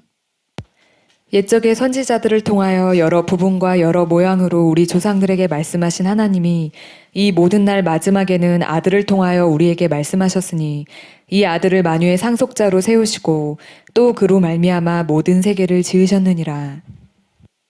그래서 이 구절을 사용해서 성경의 다른 책에 더해질 수 없다. 이걸 설명하면 되겠다. 증명하면 되겠다. 그렇게 생각을 했어. 근데 그 구절을 찾아보니까 여기 누가 나와요? 예수님만 나와요. 사도들이 그리 안 나와요. 그러니까 성경은, 신약 성경은 복음서만 있는 게 아니라 서신서들도 있는데 예수님만 나오지 사도들이 안 나와요. 이거 어떻게 된 거지? 그 의문이 생겼어요. 그래서 내려놓았어요. 그런데 외인그로뎀이 이 의문을 해결을 했어요. 이 의문을 외인그로뎀이 어떻게 해결했느냐? 먼저 여기서 우리가 알아야 될 것은 왜 이것이 정경의 완성과 관련이 있다 그러냐? 옛적에 구약시대에 하나님께서 선지자들을 통해서 여러 모양과 여러 부분과 여러 모양으로 말씀을 하셨어요. 근데 이 모든 날 마지막에, 이 모든 날 마지막에, 이게 무슨 얘기냐면 최종적인 말씀이다. 이거. 이 모든 날 마지막에 최종적으로 아들을 통해서 말씀했어요. 예수님을 통해서 말씀했어요. 근데 이게 사도들이 안 나와요. 근데 외인그로뎀은 뭐라고 말했느냐? 그리스도를 통한 이 계시에 관해서 어디서 배울 수가 있는 거예요? 예수님을 통해서 말씀했는데, 그럼 예수님이 선포한 복음, 예수님이 이루가신 구속, 이거에 관한 설명을 다 어디에 나오느냐? 그게 서신서들에 나오는 거예요. 그게 사도들의 글에 나온다는 거예요. 믿습니까? 그러니까 그것으로 성경이 끝이 되는 거예요. 마지막 날 최종적으로 아들을 통해서 말씀했는데, 이 아들을 통해서 말씀하시고 아들을 통해서 이룬 구속을 결국은 사도들이 제대로 정립을 하고 설명해놨다. 그러니까 거기까지가 필요한 것이다. 그것이 하나님이 최종적인 특별 계시다. 믿습니까? 그러니까 거기서 성경이 완성된 것이고 그 이상은 추가가 될 수 없다는 얘기죠. 근데 외인그로뎀이 이런 설명을 했는데, 외인그로뎀의 설명이 참 기발해요. 나는 왜 제자들이 안 나오지? 그러고 아닌가 보다. 그러고 덮었는데, 외인그로뎀은 예수님을 통해서 마지막에 최종적으로 말씀하신 건 맞다. 그런데 예수님의 말씀과 예수님이 행하신 구속을 제대로 설명하고 하나님이 권위를 줘서 그 교리를, 기독교 교리를 정립한 사람이 바울과 사도들이고 신약성경이기 때문에 여기까지가 바로 하나님의 최종적인 특별 계시다. 그 최종적인 말씀이다. 믿습니까? 그러니까 그 이후에는 성경에 더 이상 기록될 수가 없다. 이런 얘기인데 굉장히 기발하죠. 너무 쉽게 이걸 해결해 버렸어. 나는 고민했는데. 그래서 이거를 너무 쉽게 해결을 했어요. 그런데 여러분, 이거는 단순히 기발한 게 아니에요. 이거는 성경적인 거예요. 아까 여러분 히브리서 1장 1절에서 2절을 읽어드렸죠. 다음 장인 2장 1절에서 4절에 보면 히브리서가 연이어서 이렇게 말합니다. 그러므로 우리는 들은 것에 더욱 유념함으로 우리가 흘러 떠내려가지 않도록 함이 마땅하니라. 천사들을 통하여 하신 말씀이 견고하게 되어 모든 범죄함과 순종하지 아니함이 공정한 보응을 받았거든. 우리가 이같이 큰 구원을 등한히 여기면 어찌 그 보응을 피하리요. 이 구원은 처음에 주로 말씀하신 바요. 들은 자들이 우리에게 확증한 바니 하나님도 표적들과 기사들과 여러 가지 능력과 및 자기의 뜻을 따라 성령이 나누어 주신 것으로서 그들과 함께 증언하셨느니라. 구약 시대 때 천사들을 통해서 주어진 말씀, 율법, 구약 시대 때 옛 언약의 말씀들, 거기에 순종하지 않는 사람들이 심판을 받았어요. 근데 이제 더 큰 구원이 있다는 거예요. 그거를 이 구원에 대해서 처음 말씀하신 분은 예수님이다. 그 다음에 들은 자들이 우리에게 확증한 바다. 이 들은 자들은 예수님과 함께 생활하면서 예수님께 직접 가르침을 받고 사도들이, 이 들은 자들의 대표적인 무리들은 사도들인 거예요. 믿습니까? 그러니까 이 구원은 처음에 주로 말씀하신 바요. 들은 자들이 우리에게 확증한 바니. 그러니까 여기에 히브리서 1장에는 아들을 통해서 말씀하셨다. 이건 전체적으로 말한 거예요. 크게 개괄적으로. 히브리서 2장에서는 좀 더 디테일하다는 말이 있죠. 디테일. 나는 이 말이 무슨 뜻인지 몰랐어. 무식해가지고. 몇 년 전까지만 해도 몰랐어. 건축하면서 알았어. 자꾸 설계사들이 막 그래가지고.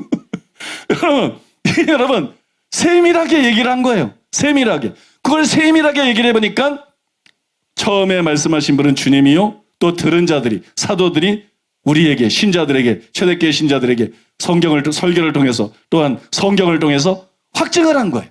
확증을 한 거. 근데 내용이 뭐예요? 구원이에요. 큰 구원이에요. 성경은 구속사를 중심으로 기록하는 거예요. 그리고 예수님이 구원자인 예수님이 오고 예수님이 십자가에 지시고 부활하심으로써 예수님이 구속을 다 이루신 것이. 그런데 사도들이 이것을 완전히 정립한 거예요. 그러니까 여기서 끝난 거예요. 정경은 여기서 끝난 것이고 여기서 더 이상 할 얘기는 없는 거예요. 이걸 해석하면 되는 거지. 이걸 설명하면 되는 거지. 이걸 선포하고 이걸 전파하고 이걸 가르치면 되는 것이지. 믿습니까? 여기에 더 할 것이 없는 것이에요. 여러분 이해하세요? 설교집은 계속 나올 수 있어. 강해집도 계속 나올 수 있고 여러분 간증집도 계속 나올 수 있어. 그러나 정경은 끝이에요. 구속사를 중심으로 한 구원에 관한 모든 소식이 예수님 자신의 말씀과 사도들의 증언을 통해서 충분하게 완결이 됐기 때문에 충분하게 설명이 됐기 때문에 여러분 믿으십니까? 그래서 정경은 완성이 됐고 그래서 앞으로 아무리 많은 시간이 지나도 정경이 더 이상 쓰여지거나 이 정경에 더해지는 책들은 없다. 그런 얘기입니다. 여러분 이해가 되시죠? 자 이제 다른 것들은 다른 시간에 또 지난 시간에 두 가지를 말씀드렸잖아요. 그래서 더 설명드릴 필요는 없고 여기서 결론을 말씀드리겠습니다.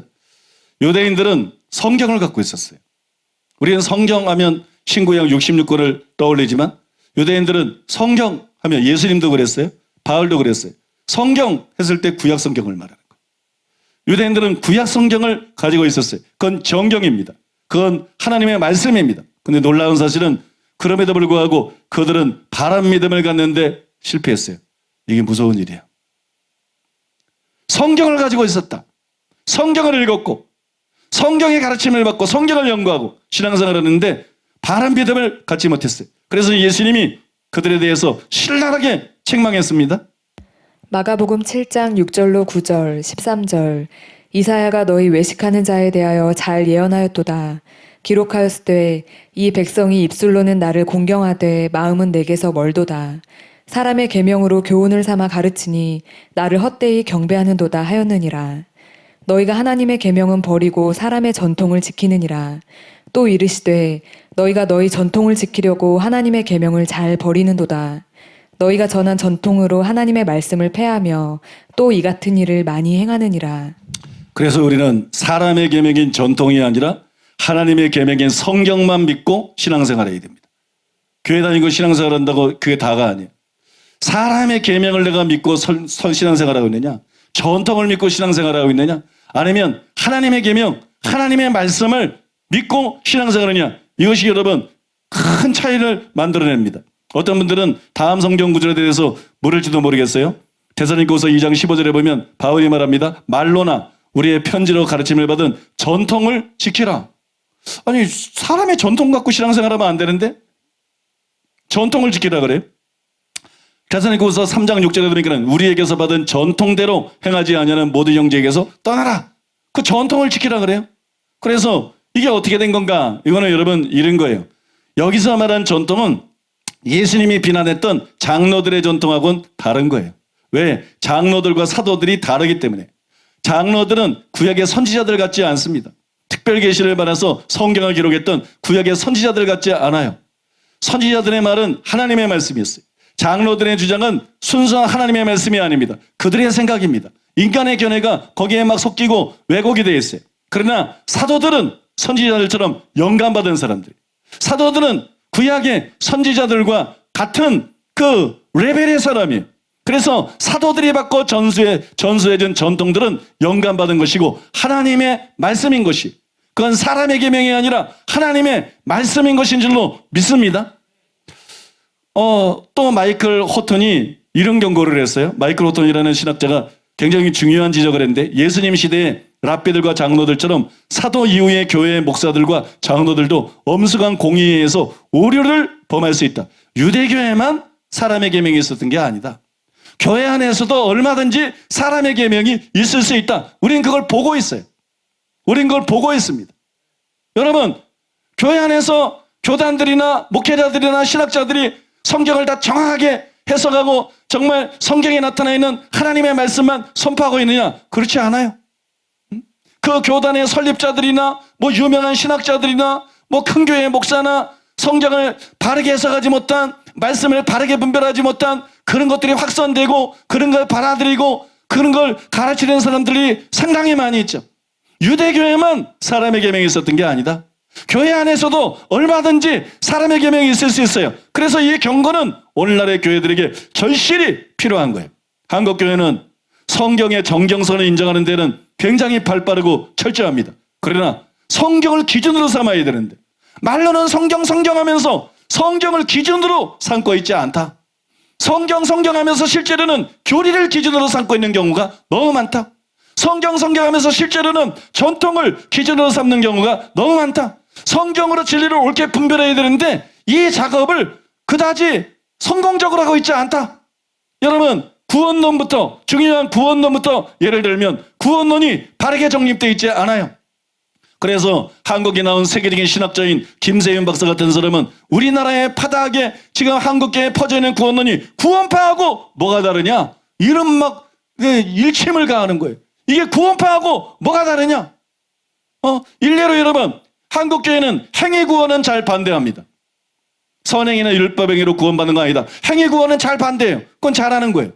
그런데 행위구원을 반대하는 건 좋은데 행위심판까지도 거부해요.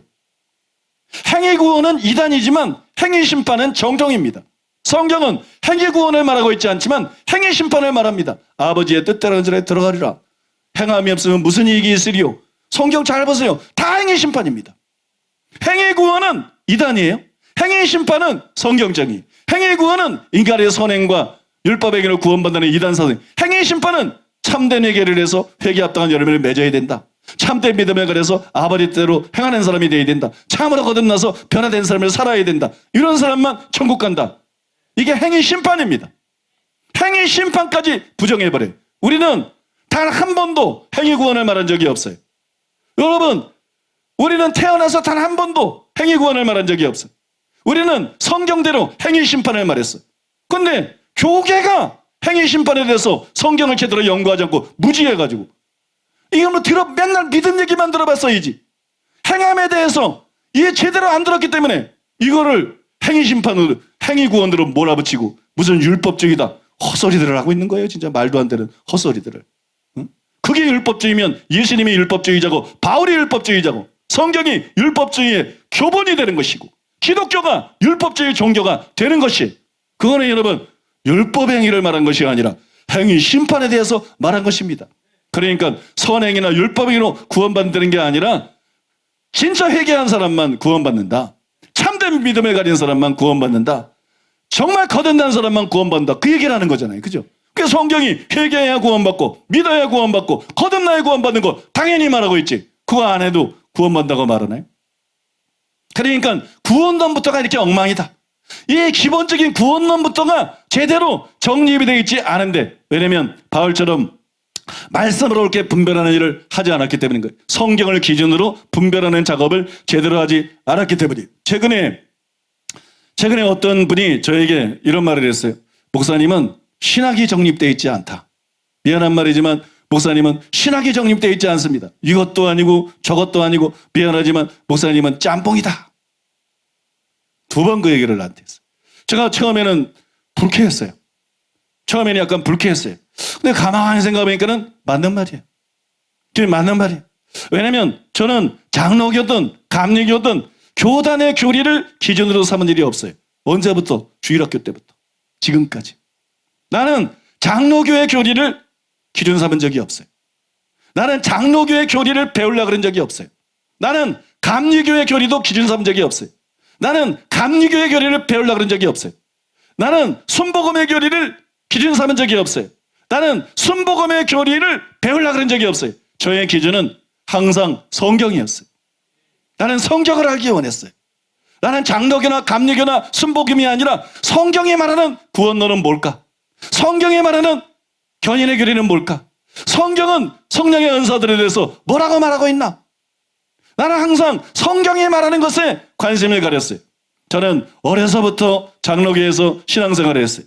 장로교 합동체 목사님이 제가 초등학교 2학년 때인가 3학년 때 전도를 했어요. 그래서 그 다음 주 교회 나갔어요. 여러분, 그 교회는 방언을 인정하지 않는 교회.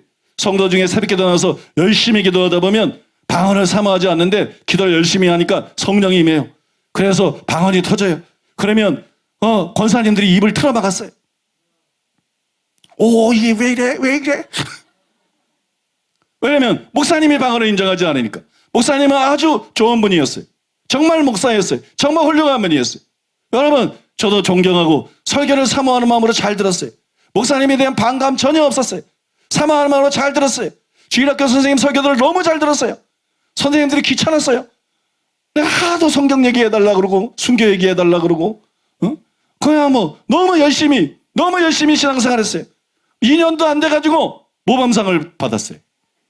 모범상은 늘 정해져 있는데 터줏대감이 2년도 안 해서 성경경시대에서 1등 했어요. 늘 1등하는 사람 정해져 있는데 얼마나 열심히 듣고 얼마나 말씀을 삼아. 근데 저는 그때부터 성경을 읽었어요. 주일학교 때부터 열심히 성경을 읽었어요. 고등학교 때 공부 안 했어요. 중학교 때 그림 그렸습니다. 중학교 때 미술부 하면서 그림 그리고 학교에 가방 안 갖고 다녔습니다. 책가방은 1년 넘도록 제자리에 있었습니다. 책벌을 싼 일이 없습니다. 저는 학교에 교실에 안 들어갔습니다. 저는 미술실로 직행해서 미술실에서 그림 그렸습니다. 그림만 그리지 않았습니다. 놀러도 갔습니다. 야외 스케치 하면서 놀러도 가고 아무튼 그림 그렸어요. 고등학교에 가서 저 공부 안 했어요. 전 성경 읽었어요. 저는 성경이 너무 좋았어요. 쉬는 시간에 성경 읽었어요. 학교에 성경을 갖고 다녔어요. 쉬는 시간에 성경 읽었어요. 점심시간에 성경 읽었어요. 또 자율학습 시간에 성경 읽었어요. 자율학습 안 했습니다. 자율학습 시간에 성경 읽었어요. 수업 시간에 몰래 빼놓고 읽었어요. 성경 읽고 싶어가지고 수업 시간에 몰래 빼놓고 읽었어요. 담임 선생님이 천주교 신자였는데 국어 선생님인데 어느 날 수업을 하는데 내가 뭘 밑에가 보고 있는 거야. 이제 썬데이 서울을 보고 있구나. 저게 썬데이 서울을 보고 있구나. 저게 무슨 만화책을 보고 있구나. 그래서 이제 혼을 내러 왔어요. 나는 성경인데 심취가 돼 있어서 옆에 오는 것도 몰랐어요. 응? 내가 몸 안에 있었는지 몸 밖에 있었는지. 아니 담임 선생님이 오는 것도 몰랐어요. 근데 갑자기 음성이 들리는 거예요. 하늘에서 음성이 들려서 갑자기 아무것도 못 봤는데 음성이 들리는 거예요. 성경을 읽고 있는데. 승우야. 그래서 쳐다봤더니 담임 선생님. 넌 성경이 그렇게 좋냐? 너는 성경을 그렇게 읽고 싶으냐? 예. 그러니까 담임 선생님이 그런 거야. 내 시간에는 책상 위에 올려놓고 읽어라. 오늘부터 내 시간에는 그래서 책상에 올려놓고 읽었어. 저는 여러분 성경을 너무 사랑했어요. 밥 먹는 것보다도 더 좋아했어요. 밥 먹는 걸 잊어버리고 성경을 읽었어요. 밥 먹는 걸 잊어버려요. 그리고 성경을 읽었어요. 저는 어렸을 때 성경을 읽었어요. 나는 신학교 들어갈 때까지 장로교에서 자랐어요. 나에 대한 공격이 장로교에서 다 옵니다. 근데 내 사상은 성결교에서 형성된 게 아니에요. 나는 성결교 신학교를 했습니다. 존 웨슬리는 나에게 더해준 것이 아무것도 없습니다. 성결교 신학교는 나에게 더해준 것이 아무것도 없습니다. 왜냐하면 신학교 가서도 성경만 읽었어요. 나는 신학교 가서도 성경만 읽었어요. 강의 듣는 게 아까웠어요. 별 내용도 없는 강의. 성경 읽으면 그보다 더 많이 깨달아졌어요. 성경 읽으면 다 쓸 수 없을 정도로 깨달아졌어요. 내가 깨닫는 성구들을 다 찾아보는 게 불가능했어요. 내가 깨닫는 것들을 다 기록하는 것도 불가능했어요. 그렇게 성경이 깨달았어요. 밤에 꿈을 꾸면 꿈속에서 성경 읽었어요. 밤에 잠을 자면 내 입이 혼자 밤새도록 설교했어요. 내 입이 혼자 밤새도록 설교했어요. 꿈속에서는 밤새도록 성경 읽었어요. 그래서 꿈속에서 깨달은 성경도 많아. 꿈속에서 성경이 있다가 저는 여러분 성경 읽는데 심취해 있었어요. 저는 주일학교 때부터 성경을 읽었어요. 그리고 설교를 들었어요. 나는 목사님이 너무 좋은데, 나는 목사님 설교 너무 은혜를 받는데 성경과 다르네. 성경은 회개하라 그랬는데 왜 안 그러시지? 성경은 고백만 한다고 천국 가는 거 아닌데, 믿음이 따라야, 행함이 따라야 된다 그랬는데 왜 고백만 하면 구원받는 것처럼 설교하시지? 성경은 버림받을까 봐 두려워하라 그랬는데 왜 한 번 구원은 영원하다 그랬지? 예수님은 항상 깨어있어야 되는데 그때 안 깨어있으면 소용이 없는 건데 어떻게 한 번 구원이 영원한 구원이지? 그럼 뭐 하려고 깨어있어야 되는 거지? 성경은 방언이 나오는데, 성경에 예언이 나오는데, 성경에 환상이 나오는데, 요엘이 그걸 예언했는데, 요엘이 거짓 선자가 아닌데, 성경은 이런 걸 금하고 있지 않은데 왜 이렇게 은사들을 퍼부시하지? 말씀이 중요하지. 나는 어렸을 때, 고등학교 때 다른 은사 구하지 않았어요. 말씀에서만 집중해서 구했어요. 왜냐면 난 장로교 태생이니까. 장로교에서 말씀을 강조하니까. 어렸을 때 말씀의 은사를 구하고 또 구했어요. 오늘 얘기 좀 할까요? 말씀의 은사를 저는 그냥 구하지 않았어요. 저는 태어나서 말씀의 은사를 나같이 구하는 사람을 본 일이 없어요.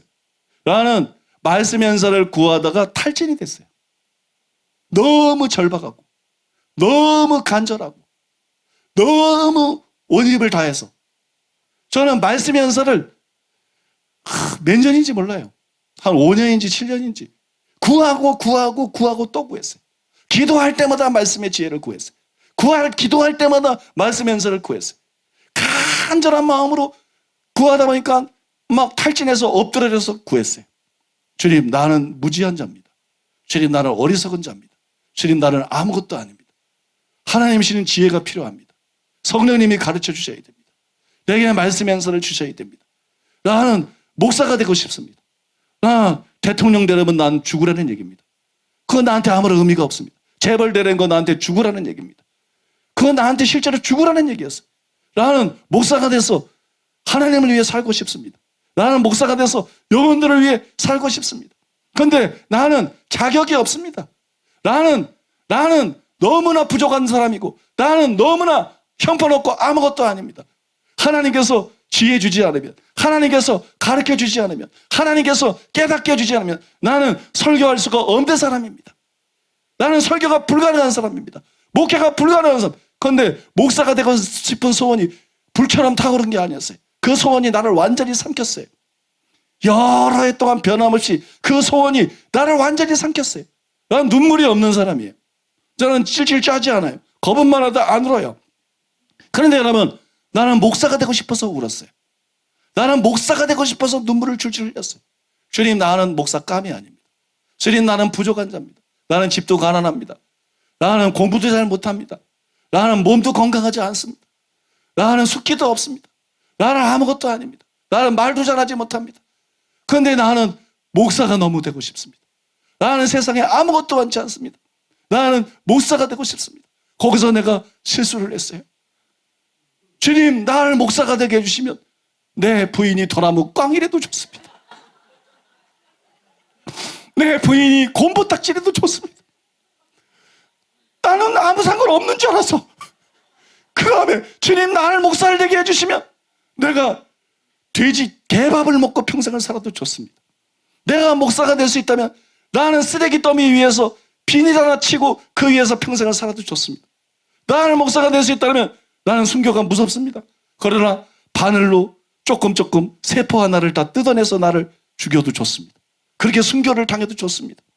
나는 목사가 되고 싶습니다. 나는 목사가 되기를 원합니다. 그것 때문에 눈물을 흘렸어요. 그리고 집중적으로 말씀 연설을 구했어요. 그리고 걸신 들린 듯이 성경을 봤어요. 내가 읽은 성경은 다 헤어져 있습니다. 겉딱지를 4번 갈았어요. 겉딱지 가죽이 다 헤어졌어요. 아내가 다 찢어졌어요.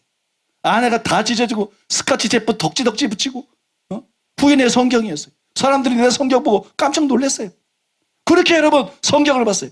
근데 내가 본 성경이 목사님의 설교하고 달랐어요. 회개해야 되는 건데. 믿음에는 행함이 따라야 되는 건데. 구원받을 수 있는 건데. 버림받을 수 있는 건데. 항상 깨어서 있어야 되는 건데. 성령 받아야 되는 건데. 방언도 해야 되는 건데. 예언도 해야 되는 건데. 병도 고쳐야 되는 건데. 귀신도 쫓아야 되는 건데. 예수님이 그렇게 했는데. 예수님이 나를 믿는 자는 또 그걸 할 거라 그랬는데. 예수님도 실제로 그렇게 하라고 내 이름으로 병을 고치고 병들에게 손 귀신을 쫓아내고 병들에게 손을 나으리라 명령했는데, 바울이 분명히 성령의 은사들에 대해서 썼는데, 특별히 예언을 하려고 하라 그랬는데, 방언하는 걸 금하지 말라 그랬는데, 예언하기를 사모하라 그랬는데, 모든 은사들이 풍성하기를 사모하라 그랬는데, 목사들의 설교가 성경과 다르다. 주일학교 반사님들의 설교가 성경하고 다르다. 여러분, 내가 지금 외치는 거는 주일학교 때 내가 읽은 성경에서 형성된 거예요. 어떤 분은 주일학생이 성경 읽다고 어떻게 알아? 여러분, 베레아 사람들이 성경 읽고 바울의 설교를 분별하는 걸 아세요? 베레아 사람들은 사도가 아니에요. 목사가 아니에요. 평신도들이에요. 그런데 대사도 바울의 설교를 성경 읽으면서 분별했어요. 선입견에 사로잡히지 않으면, 이미 어떤 교리를 주입이 돼가지고 판단력을 잃어버리지 않으면, 정말 순수한 마음으로, 열린 마음으로, 공정한 마음으로 성경을 기준으로 분별하면 주일학생도로 분별할 수 있는 게 진리입니다. 여러분 이해하십니까? 주일학생도로 분별할 수 있는 게 진리예요. 모든 평신도가 분별할 수 있는 게 진리입니다. 근데 왜 목사들이 진리를 그토록 분별하지 못하는가? 왜 신학대학 교수들이 그토록 진리를 분별하지 못하는가? 주입이 됐기 때문에. 성경의 기준이 아니기 때문에. 교리가 주입이 되고, 전통이 주입이 되고, 신학이 주입이 되고, 더 이상 성경이 기준이 아니에요. 교리가 기준이에요. 자기가 최고예요. 자기가 아는 게 기준이에요. 그래서 여러분, 아무리 보아도 보지를 못하는 거예요. 들어도 듣지를 못하는 거예요. 깨닫지를 못하는 거예요. 영적인 소경된 상태에 머물러 있는 거예요. 수많은 사람들이. 소수가 아니라 다수가, 수많은 사람들이. 여러분, 영적으로 소경된 상태에 처해 있는 것이에요. 저는 어려서부터 장로교에서 신앙생활을 했지만, 나는 장로교 교리를 배우고 그대로 가르치려고 한 적이 없어요. 나는 성결교에서 신학을 했지만, 나는 웨슬리에게서 배우고 그대로 가르치려고 그런 적이 없어요. 내가 읽은 성경이 웨슬리가 깨달은 것과 일치했던 것이지, 내가 웨슬리에게 배운 것이 아닙니다. 내가 웨슬리를 따라간 것이 절대로 아닙니다. 나는 어려서부터 웨슬리가 깨달은 걸 알고 있었어요. 전체는 아니지만 그 방향에 있어서 성경을 읽으면서 알고 있었어요. 내가 여러분, 순복음의 영향을 받고 순복음의 설교도 좋아했지만 꼭 순복음처럼 데려간 적이 없어요. 나는 항상 성경을 기준으로 분별했습니다. 성경을 기준으로, 성경을 잣대로 삼았습니다. 그래서 장로교의 것이라도, 내가 다녔던 장로교의 것이라도 성경적인 것은 가차없이 버렸습니다. 감리교 것이라도 성경적인 건 받아들였습니다. 순복음 것이라도 성경적인 건 받아들였습니다. 그러니까 교리를 기준으로 보는 사람이 볼 땐 내가 이것도 아니고 저것도 아니지. 그러나 성경을 기준으로 보는 사람은 나에 대한 평가가 다를 거예요. 내가 비록 완전하지 않지만 놀랄 정도로 성경적이다. 놀랄 정도로 성경적이다. 그 누구 못지않게 성경적이다. 그것이 여러분 분명한 사실이에요. 제가 어느 정도로 성경적이냐? 너무 성경적이라서 공격을 받고 있는 거예요. 너무 성경적이라서 오해를 받고 있고, 너무 성경적이라서 이단 소리까지 듣고 있는 거예요. 너무 성경적이라서 분별이 제대로 안 되는 거예요. 본인이 잘못 알고 있는 것인데, 자기네들이 잘못 알고 있는 것인데, 자기네들이 교리를 가지고 왜곡하고 있는 것인데, 전통을 가지고, 이걸 여러분은 다 아시죠? 정직한 마음으로 듣는 사람들은 그거를 다 압니다. 이번에 여러분, 어떤 성도님이 교회 카페에다가 댓글을 달았어요. 댓글을 달았는데 그렇게 달았어요. 목사님, 통합에서 사면을 뭐 취소하든 말든 통합에서 어떤 결정을 내리든 목사님이 지금처럼 성경적이라면 우리는 절대로 이 교회를 떠나지 않습니다. 우리는 이 교회에 뼈를 묻을 것입니다. 그래서 제가 댓글을 달았어요. 죄송합니다. 저는 지금처럼 성경적일 수는 없습니다. 저는 지금보다 성경적일 수밖에 없습니다. 왜냐하면 그게 목표였기 때문에 주일학교 때부터 지금까지 40몇 년 이상을 내가 걸어온 길이에요. 적어도 진리 문제에서 내가 걸어온 길. 그래서 다른 사람은 쉽게 타협합니다. 백석에서 2년 동안 조사하고 이단성 없다. 학자들이 성경적으로 흠잡을 데가 없다. 총회장에게 총무에게 보고하고 총회장 총무가 나를 만났어요. 신학자들이 보고를 했는데 몇 개월 동안 조사했는데 책, 설교, CD 다 가져갔어요. 목사님 설교를 봤는데 성경적으로 흠잡을 데가 없대더라. 그런데 딱 하나 장로교계라고 다르다. 구원받은 사람 버림받을 수 있다. 이것만 버려라. 난 못 버린다 그랬어요. 이거 못 버린. 그랬더니 제명 출교시키더라고. 사람이 할 짓이 아니야. 그건 이단이 아니기 때문에. 총회장도 그러면 그거는 넘어가겠다 그랬어. 그리고 제명. 그런데 사람들은 제명 출교시킨 것만 알아. 이게 얼마나 악한 일이고 이게 얼마나 말도 안 되는 범죄를 백석교단이 저지른 건지를 몰라. 그 녹음이 다 있어. 그 녹음이. 총회장이 말한 거, 총무가 말한 거 성경적으로 흠잡을 데가 없다 그러더라. 여러분 얼마나 한국교회가 추악한 죄를 저지르고 있는지, 그게 여러분 다 증명할 수 있는 사실이에요. 내가 이거를 공개적으로 항상 떠들었잖아.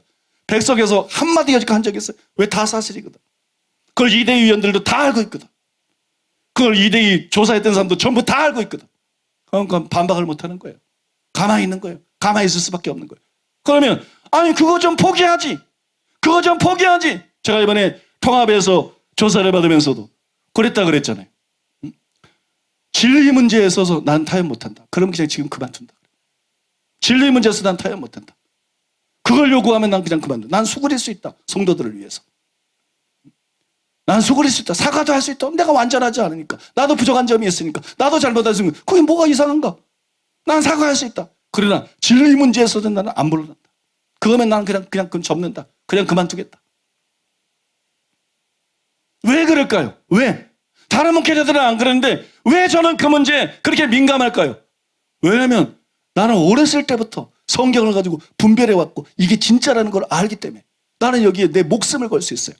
나는 이단십이 풀려나기 위해서 타협하지 않습니다. 나는 이걸 위해서 목숨을 겁니다. 나는 그냥 타협할 바에는 이단으로 평생 살다가 죽고 하나님 앞에 가서 칭찬받고 끝냅니다. 누군가는 진실을 말해야 되고 그래야 한국교회가 달라지고 여러분 교회가 달라지는 것이지. 저는 진리 문제에 있어서는 절대로 굴복하지 않습니다. 언론들만 보면 성도들이 딱 오해하기 쉽게들 돼 있어. 아무튼 여러분 이제 한 가지 말씀드리고 오늘 말씀을 마치려고 그래요. 그래도 오늘 상당히 지루할 줄 알았는데 제가 좀 가볍게 설교를 했어요. 왜냐하면 일부 때 보니까 너무 길고 좀 그렇더라고. 그래서 그냥 설명도 좀 이렇게 하면서 편하게 하니까 오히려 잘 나가는 것 같아. 진도도 쫙쫙 빠지고 막히지도 않고 트래핑도 안 걸리고 트래픽인가 아무도 안 걸리고 참 좋은 것 같아. 그래서 여러분 이제 마지막으로 한 가지만 말씀드리겠는데 이거 꼭 말씀드리고 싶어요. 옳게 분별하지 못한 말씀, 즉 그릇 해석된 말씀은 말씀이 아니다. 이걸 말씀드리고 싶어요. 옳게 해석하지 못한 말씀, 성경 강의한다고 성경 가지고 뭐 공부한다고 설교한다고 그게 다 말씀이라고 생각하면 착각이다. 옳게 해석되지 않은 말씀은 말씀이 아니다. 예를 들어서 마태복음 4장 5절 6절에 보니까 이에 마귀가 예수를 거룩한 성으로 데려다가 성전 꼭대기에 세우고 이르되 내가 만일 하나님의 아들이거든 뛰어내리라. 기록되었으되 그가 너를 위하여 그 사자들을 명하시리니 그들이 손으로 너를 받들어 발이 돌에 부딪히지 않게 하리로다 하였느니라. 예수님만 기록되었으되 그런 게 아니에요. 예수님만 기록되었으되 사탄을 물리친 게 아니에요. 마귀도 기록되었으되 그랬어요. 예수님뿐 아니라 마귀가 그러잖아요. 기록되었으되 그가 너를 위하여 그의 사자들을 명하시리니 그들이 손으로 너를 받들어 발이 돌에 부딪히지 않게 하리로다 하였느니라. 여기서 흥미로운 질문을 하나 하겠습니다. 이게 누구 말이죠? 지금 이 말이 하나님의 말씀입니까? 마귀의 말입니까? 시편에 기록되어 있는 말씀인데요. 기록되었어야 돼. 시편에 기록되어 있어요. 시편에 기록되어 있는 말씀이 성경에 기록되어 있는 말씀이 이 말씀이 하나님의 말씀입니까? 마귀의 말입니까? 성경에 기록되어 있어요. 그리고 시편에 기록되어 있어요. 그럼에도 불구하고 잘못 해석하고 잘못 적용했기 때문에 이 말씀은 하나님의 말씀이 아니라 이때 마귀의 말이었어요. 틀림없이 마귀의 말이었어요. 성경 가지고 설교하지만 성경 가지고 무슨 말을 하지만 그게 언제나 하나님의 말씀은 아니다. 그것이 마귀의 말일 수도 있다. 그것이 영혼들을 죽이는 것이 될 수도 있다. 얼마든지 그럴 수 있어요. 여러분, 성경은 죽고 사는 것을 좌우하는 사활적으로 중요한 진리를 담고 있습니다. 믿습니까? 그게 생명의 말씀이라는 거예요. 사활적으로 중요한 거예요. 그래서 바울이 디모데에게 진지하게 권면했어요. 디모데후서 2장 15절에 보니까는 너는 진리의 말씀을 옳게 분별하며 부끄러울 것이 없는 일꾼으로 인정된 자로 자신을 하나님 앞에 드리기를 힘쓰라. 이 말씀에서 깨달아야 될 게 있어요. 디모데는 목사입니다. 디모데는 목사예요. 디모데에게 바울이 편지를 씁니다. 너는 설교가 좀 약해. 넌 설교를 좀 잘해야 돼. 해석을 잘하고 좀 적용도 좀 제대로 성도들에게 좀 마음에 와닿게 적용을 하고 가끔 예화도 하나 넣어야지. 너무 딱딱하지 않니? 응? 그리고 한 번씩 웃기고 이렇게 말하지 않았어요. 지금 무슨 얘기를 하는 거냐? 설교를 잘하는 게 문제가 아니라는 거예요. 그 전에 하나님의 종들이 반드시 하나님이 인정하는 종이 되기 위해서 먼저 해야 될 일이 있어요. 그게 뭐냐? 진리의 말씀을 옳게 분별하는 거예요. 이게 문제예요. 진리의 말씀을 옳게 분별하는 게 먼저고 그 다음에 설교를 잘해야 돼요. 그런데 지금 설교를 잘하는 일들만 대부분 하고 있어요. 진리의 말씀을 옳게 분별하는 일들을 대부분 안 하고 있어. 안타깝게도 상당수의 신학자들, 상당수의 목회자들, 상당수의 신자들이 성경을 분별하지 않습니다. 여러분, 말씀을 분별하지 않고 그냥 교리나 전통을 무비판적으로 받아들인다고. 그 다음에 교리나 전통을 가지고 성경을 이해하고 그걸 잘 설명하려고 그래. 그걸 잘 설교하려고 그러고 그걸 여러분 잘 가르치려는 이런 일이 있어요. 믿음의 기초는 하나님의 말씀이래야 되는데 교리가 기초가 돼버렸어요. 전통이 기초가 돼버렸어요. 유명한 목사의 설교가 여러분 그 기초가 되어버렸어요. 여러분 실제로 그렇지 않나요? 제가 여러분 한국교회를 위하는 마음으로 용기를 내서 이 말씀을 분명하게 드립니다. 지금은 말을 아껴야 될 때지만 그래도 이 말씀을 제가 분명하게 드립니다. 사실을 말하자면 신학대학 교수님들 중에 상당수가, 전체는 아니지만 신학대학 교수님 중에 상당수가 분별을 하지 않고 진리를 분별하는 일을 하지 않고 주입식 교육을 받았습니다. 장로교 신학자들은 장로교 교리를 주입식으로 받아들였어요. 감리교 신학자들은 감리교 교리를, 성결교 신학자들은 주로 성결교 교리를 주입식으로 그렇게 받아들였어요. 그래서 교리의 신여 역할을 하는 교수들이 얼마나 많은지 몰라요. 정말 진리를 위해서 일하는 것이 아니라 교리의 신여 역할을 하면서 밥벌이나 하는 이런 교수들이 얼마나 많은지 몰라요. 물론 새로운 변화가 일어나고 있어요. 한국에 나온 세계적인 신학자 김세윤 교수님, 총신대 이한수 교수님, 또 뭐 권영경 교수님, 길성남 교수님, 이런 분들의 책을 읽어보면 한 교단의 교리, 소속 교단의 교리를 뛰어넘어서 그걸 성서신학이라 그러는데, 그걸 성서신학이라 그러는데 성경이 진짜 말하는 게 뭔가 이걸 추적해 나갑니다. 그러니까 장로교 설교자인데 장로교 신학자인데 우리가 잘못 알았다. 구원받은 사람 버림받을 수 있다. 이렇게 말해요. 그리고 이한수 교수님 장로교 신학자인데 우리가 계시에 대해서 잘못 알았다. 성경을 기록하는 계시만 있는 것이 아니라 성령의 은사로 사람들에게 주어지는 계시가 있다. 그런 계시를 말하는 건 잘못된 게 아니다. 그런 건 직통계시 이단이 아니고 교계가 잘못 행하고 있는 것이다. 이런 말들이 지금 신학자들의 입을 통해서 일어나고 있어요. 이게 여러분 굉장히 긍정적인 것이. 여러분 이런 교수들이 일어나야 돼요. 그러나 아직은 소수예요. 더 많이 이런 교수들이 일어나야 희망이 있지. 교수들 숫자가 많다고 되는 게 아니라 뭐 교수들이 뭐 몇 명이 뭐 반대했다. 이거 아무 의미가 없어. 아무 의미가 없습니다, 여러분. 정말 제대로 된 교수냐? 정말 진리에 관심이 있는 사람이냐? 정말 진리를 위해서 소리를 낼 수 있는 사람이고 목을 내걸 수 있는 사람이냐? 여러분, 그게 중요한 거죠. 또한 목사님들도 상당수가 그저 주입식 교육을 받았어요. 왜 그러냐? 내 교단이 최고되는 거야. 내 교단이. 아니, 장로교 목사가 장로교 목사가 될 때, 감리교 목사가 감리교 목사가 될 때, 성결교 목사가 성결교 목사, 순복음 목사가 순복음 목사가 될 때 분별하고 됐어요? 교단의 교리에 대해서 정말 성경을 가지고 명백하게 어느 것이 성경적인지 분별하는 작업을 거치고 장로교 목사가 되고 감리교 목사가 되고 순복음 목사가 되느냐? 그 얘기하는 거예요. 아니라고요. 그냥 내가 우리 부모가 장로교에 다니니까, 우리 부모가 순복음에 다니니까, 나를 전도한 사람이 침례교였으니까, 나를 전도한 사람이 분별이 없었다 이거예요. 그 다음에 신학교 들어가서 그냥 우리 교단이 맞아, 우리 교단이 옳아. 이게 교만이고 착각이에요. 대부분의 목사들이 이런 착각에 사로잡혀 있다고, 이런 교만을 갖고 있다고. 그러니까 진리를 분별하지 않아요. 그냥 배우는 거예요. 자기 교단의 교리를 무책임하게 그냥 배워서 그걸 설명하고 그걸 설교하고 성경을 해석할 때도 그 앙정으로 그 잣대로 보고 설명하는 거예요. 이게 어느 정도로 심하냐? 심지어는 이단 시비에서조차 개교단의 교리를 잣대로 삼아서 뭐 엉뚱한 이단들을 만들어낸다. 그게 여러분 한국계 이단 사냥꾼들이 저지른 악행 아닙니까? 악행. 이거는 살인 아닙니까? 여러분 살인자들이에요. 악한 자들이에요.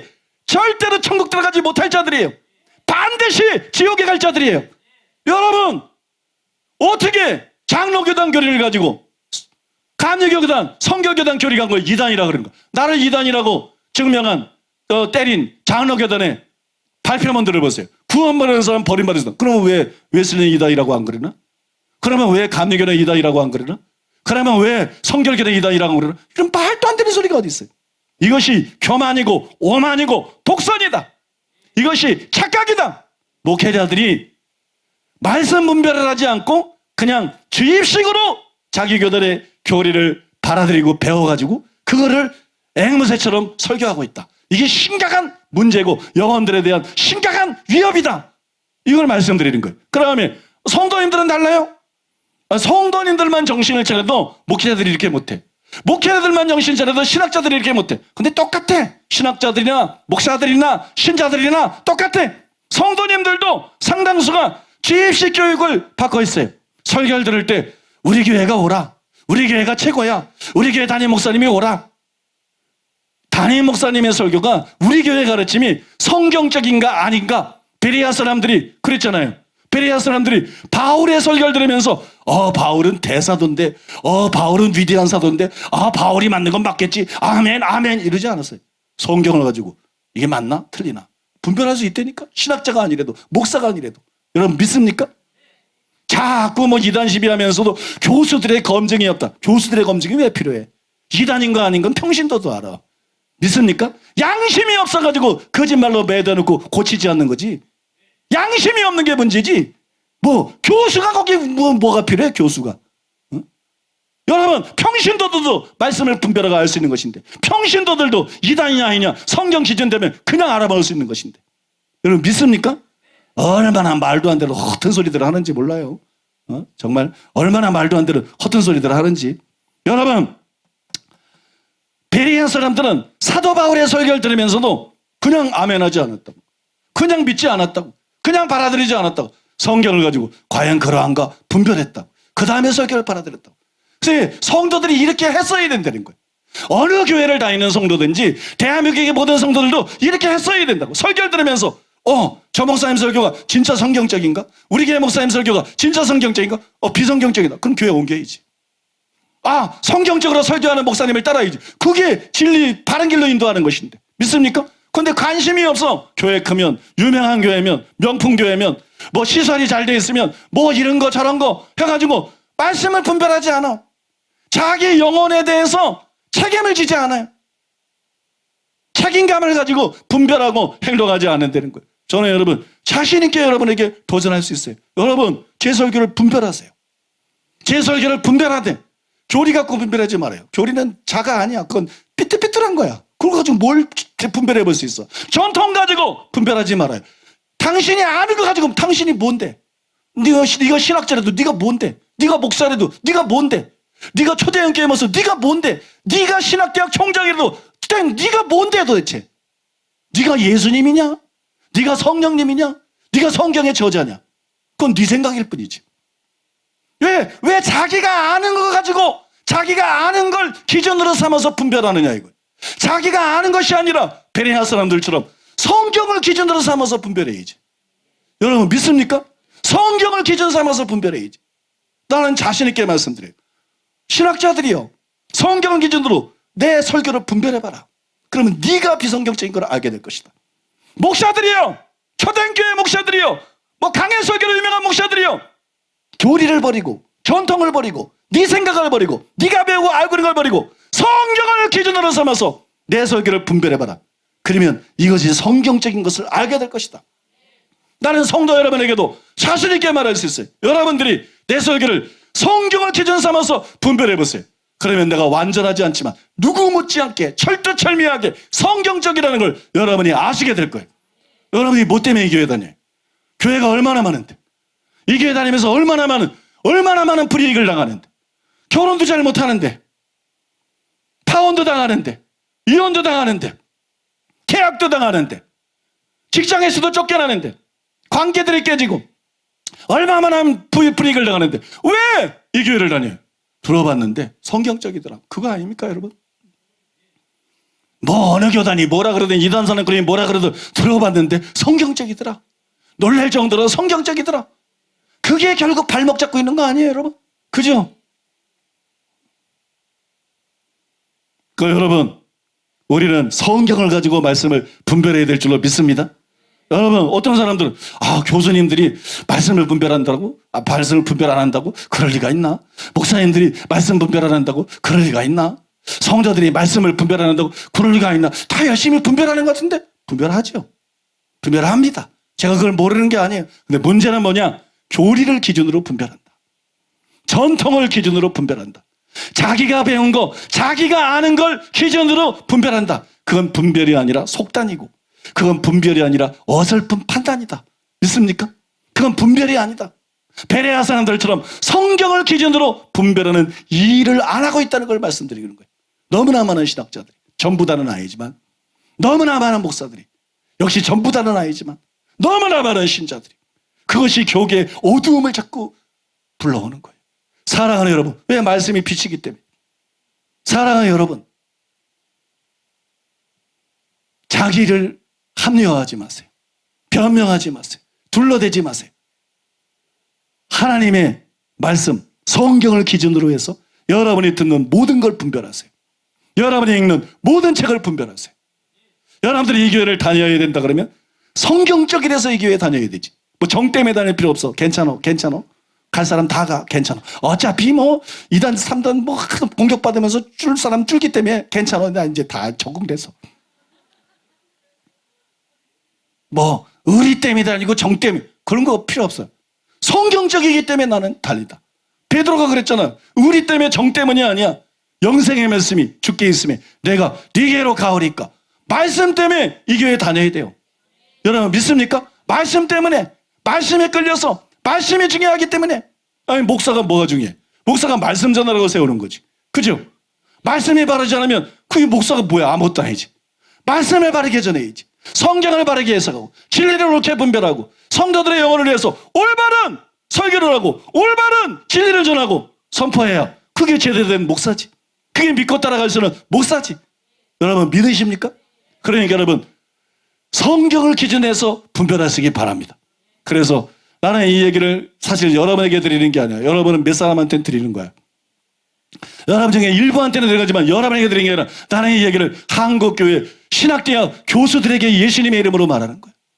나는 이 얘기를 한국교회 목사님들에게 예수님의 이름으로 말하는 거야. 그러니까 나는 이 얘기를 한국교회 수많은 신자들, 기독교인들에게 예수님의 이름으로 간곡히 말하는 거예요. 교리, 전통, 자기가 알고 있는 거 이거로 기준 삼은 죄를 교만을 회개해라. 그리고 이제는 성경을 기준으로 다시 들어라. 복음부터 다시 들어라. 응?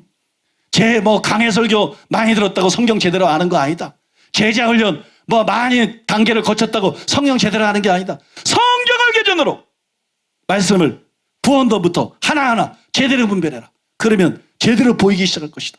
구원론, 성령론, 교회론, 무엇이든지 성령의 은사에 대한 것이든 사도에 대한 것이든 계시에 대한 것이든 무엇에 대한 것이든 무엇이 진짜 진리인지 무엇이 정말 옳은 것이고 정통인지 제대로 보이게 될 것이다. 바리새인들처럼 사두개인들처럼 교리적이면서 성경적이라고 착각하지 말아라. 그런 착각에서 제발 벗어나라. 성경을 기준으로 열린 마음으로 분별함으로써 제대로 배움으로써 진짜 성경적이 되라. 한국교회 희망은 거기에 있습니다. 한국교회 희망은 거기에 있습니다. 진리가 회복되지 않으면 한국교회는 무너집니다. 계속 썩어갑니다. 계속 숫자가 줄어갑니다. 방법이 없습니다. 진리가 회복돼서 그 진리 때문에 목회자들이 정신을 차리고 신학자들이 정신을 차리고 여러분 신자들이 정신을 차려야 교회가 여러분 회복될 것입니다. 교회가 정말 세상에 빛이 될 것이고 소금이 될 것이고 그리스도의 향기가 될 것이고 교회가 부흥되는 역사가 일어나게 될 줄로 믿습니다. 그러면 여러분 이 말씀을 가지고 우리가 기도하겠습니다. 신학자들을 위해서도 중보하며 기도하며 목회자들을 위해서도 중보하며 기도하며 신자들을 위해서도 중보하며 기도하며 이 시대 교회를 위해서 중보하며 기도하며 가족들을 위해서 기도하며 자기 자신을 위해서도 기도하며 우리 이 시간에 기도하겠습니다. 주여 삼창하고 우리가 통성으로 기도하겠습니다. 주여 주여 주여 하나님 아버지 은혜를 감사드립니다. 먼저 사랑하는 교회를 세워주신 그 은혜를 감사를 드립니다. 교회는 철두철미하게 성경적이 되어야 하는데 우리 교회에 귀한 목사님을 세워주시고 진리운동 말씀운동을 펼쳐나가시는 주의 은혜에 감사 찬양을 드립니다. 주님, 한국교회의 개혁과 변화의 역사가 필요합니다.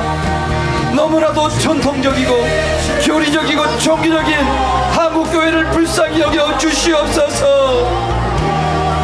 한국교회가 개혁되고 변화되는 일에 우리 사랑하는 교회와 담임 목사님을 사용하여 주시옵소서. 신학교들이 이제는 교리적인 한계를 뛰어넘게 하여 주시옵소서. 신학교들이 깨어나게 하여 주시옵소서. 신학교 학자들이 깨어나게 하여 주시옵소서. 목회자들과 신자들이 이제는 교리적인 한계를 뛰어넘게 하여 주시옵소서. 주님 깨우쳐 주시고 성령님 한국교회를 불쌍히 여기사 도와주시기만을 원합니다. 신학자들이 더 이상 교리의 신여 노릇을 하지 않도록 주님 도와주시옵소서. 신학교 교수나 목회자들이 한 교단의 교리를 뛰어넘어 진짜 성경적이 되도록 은혜를 베풀어 주시옵소서. 주님, 진리가 회복되지 않으면 한국교회는 희망이 없습니다. 주님, 진리가 회복되지 않으면 한국교회는 계속 무너질 수밖에 없습니다. 주여, 한국교회를 불쌍히 여겨 주시옵소서. 이제는 신학교들의 교육 폭도가 개선되게 하여 주시옵소서. 더 이상 주입식 교육이 아닌 진리를 옳게 분별하여 참된 목회자들과 교수들을 길러낼 수 있는 그 은혜를 한국교회에 베풀어 주시옵소서. 주님, 교리를 가지고 분별했던 한국교회, 전통을 가지고 분별했던 한국교회가 이제는 베리아 사람들처럼 성경을 가지고 분별할 수 있는 한국교회가 되고 신자들이 되게 하여 주시옵소서. 오 주님, 베리아 사람들은 대사도 바울의 설교라도 성경으로 철두철미하게 분별하였습니다. 그리고 성경적인 것만 받아들이려고 했었습니다. 사랑하는 아버지 하나님, 베리아 사람들이 가지고 있었던 그 기름 부음을 저희가 사모합니다. 주님 사모합니다. 진리의 말씀을 옳게 분별하여 철저하게 말씀 중심으로 삶을 살기로 원했던 그들의 바른 중심과 동기, 그 은혜를 저희가 사모합니다.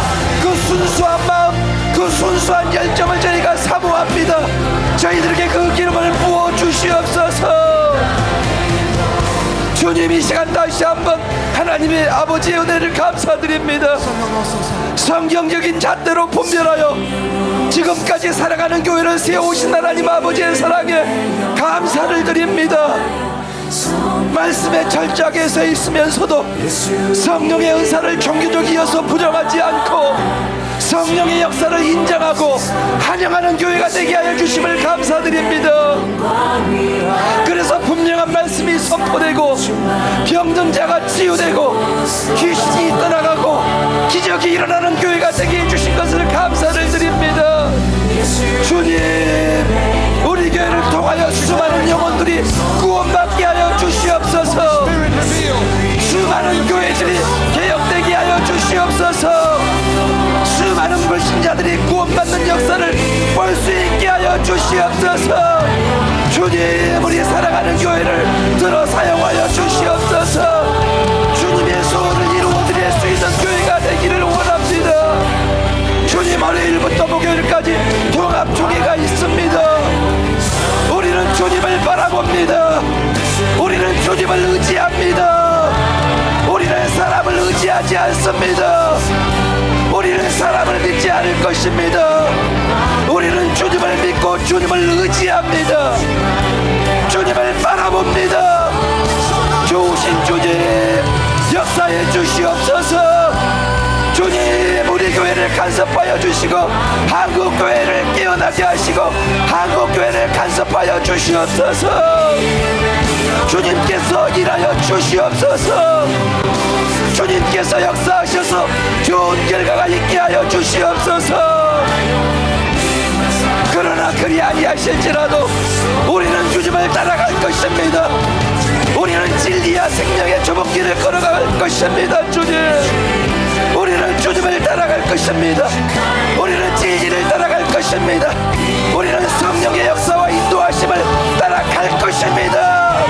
주님, 우리 사랑하는 교회가 부흥케 하여 주시옵소서. 사랑하는 교회의 흐름을 타고 있는 교회들이 부흥케 되기를 원합니다.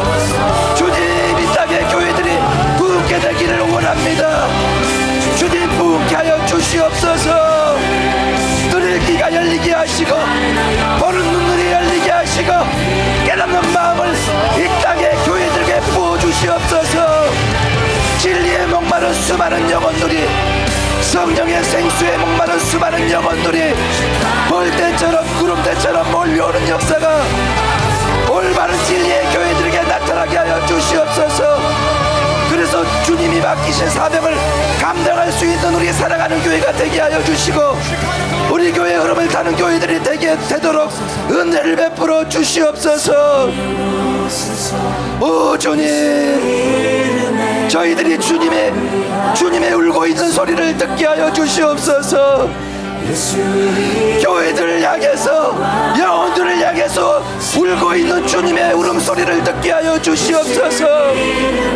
주님의 심장 안에 있는 몸된 교회를 향한 그 애통함을 깊이 알기를 원합니다. 우리에게 주님의 심장을 인식시켜 주시옵소서. 우리가 이 땅의 교회들을 위해서 울기를 원합니다. 우리의 가슴을 찢으며 그들의 죄를 회개하기를 원합니다. 주여, 우리의 마음을 찢고 주님의 보좌 앞으로 나아가오니 한국교회를 살려주시고 부흥을 주시옵소서. 주님의 심장 안에 있는 그 애통함을 우리가 알고 그 은혜를 구하기를 원합니다. 주님,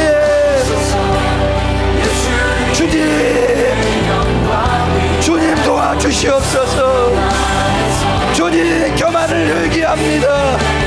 선입견을 가지고 말씀을 기준으로 주님 말씀을 분별하지 못하고 있는 목회자들의 죄를, 교만을 회개합니다. 대신 회개합니다. 그들을 불쌍히 여겨 주시옵소서. 진리가 회복되기를 원합니다. 성령의 역사하심이 회복되기를 원합니다. 진리와 성령의 역사로 한국교회가 새로워지기를 원합니다. 한국교회 신자들이 새로워지기를 원합니다. 신학교들이 이제는 주입식 교육에서 진리의 말씀으로 진리를 옳게 분별할 수 있는 교육 복도로 개선되기를 되기를 원합니다. 신학교들을 주님 살려 주시옵소서.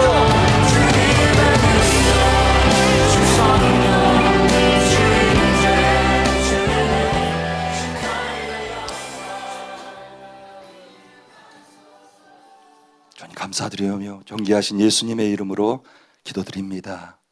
아멘.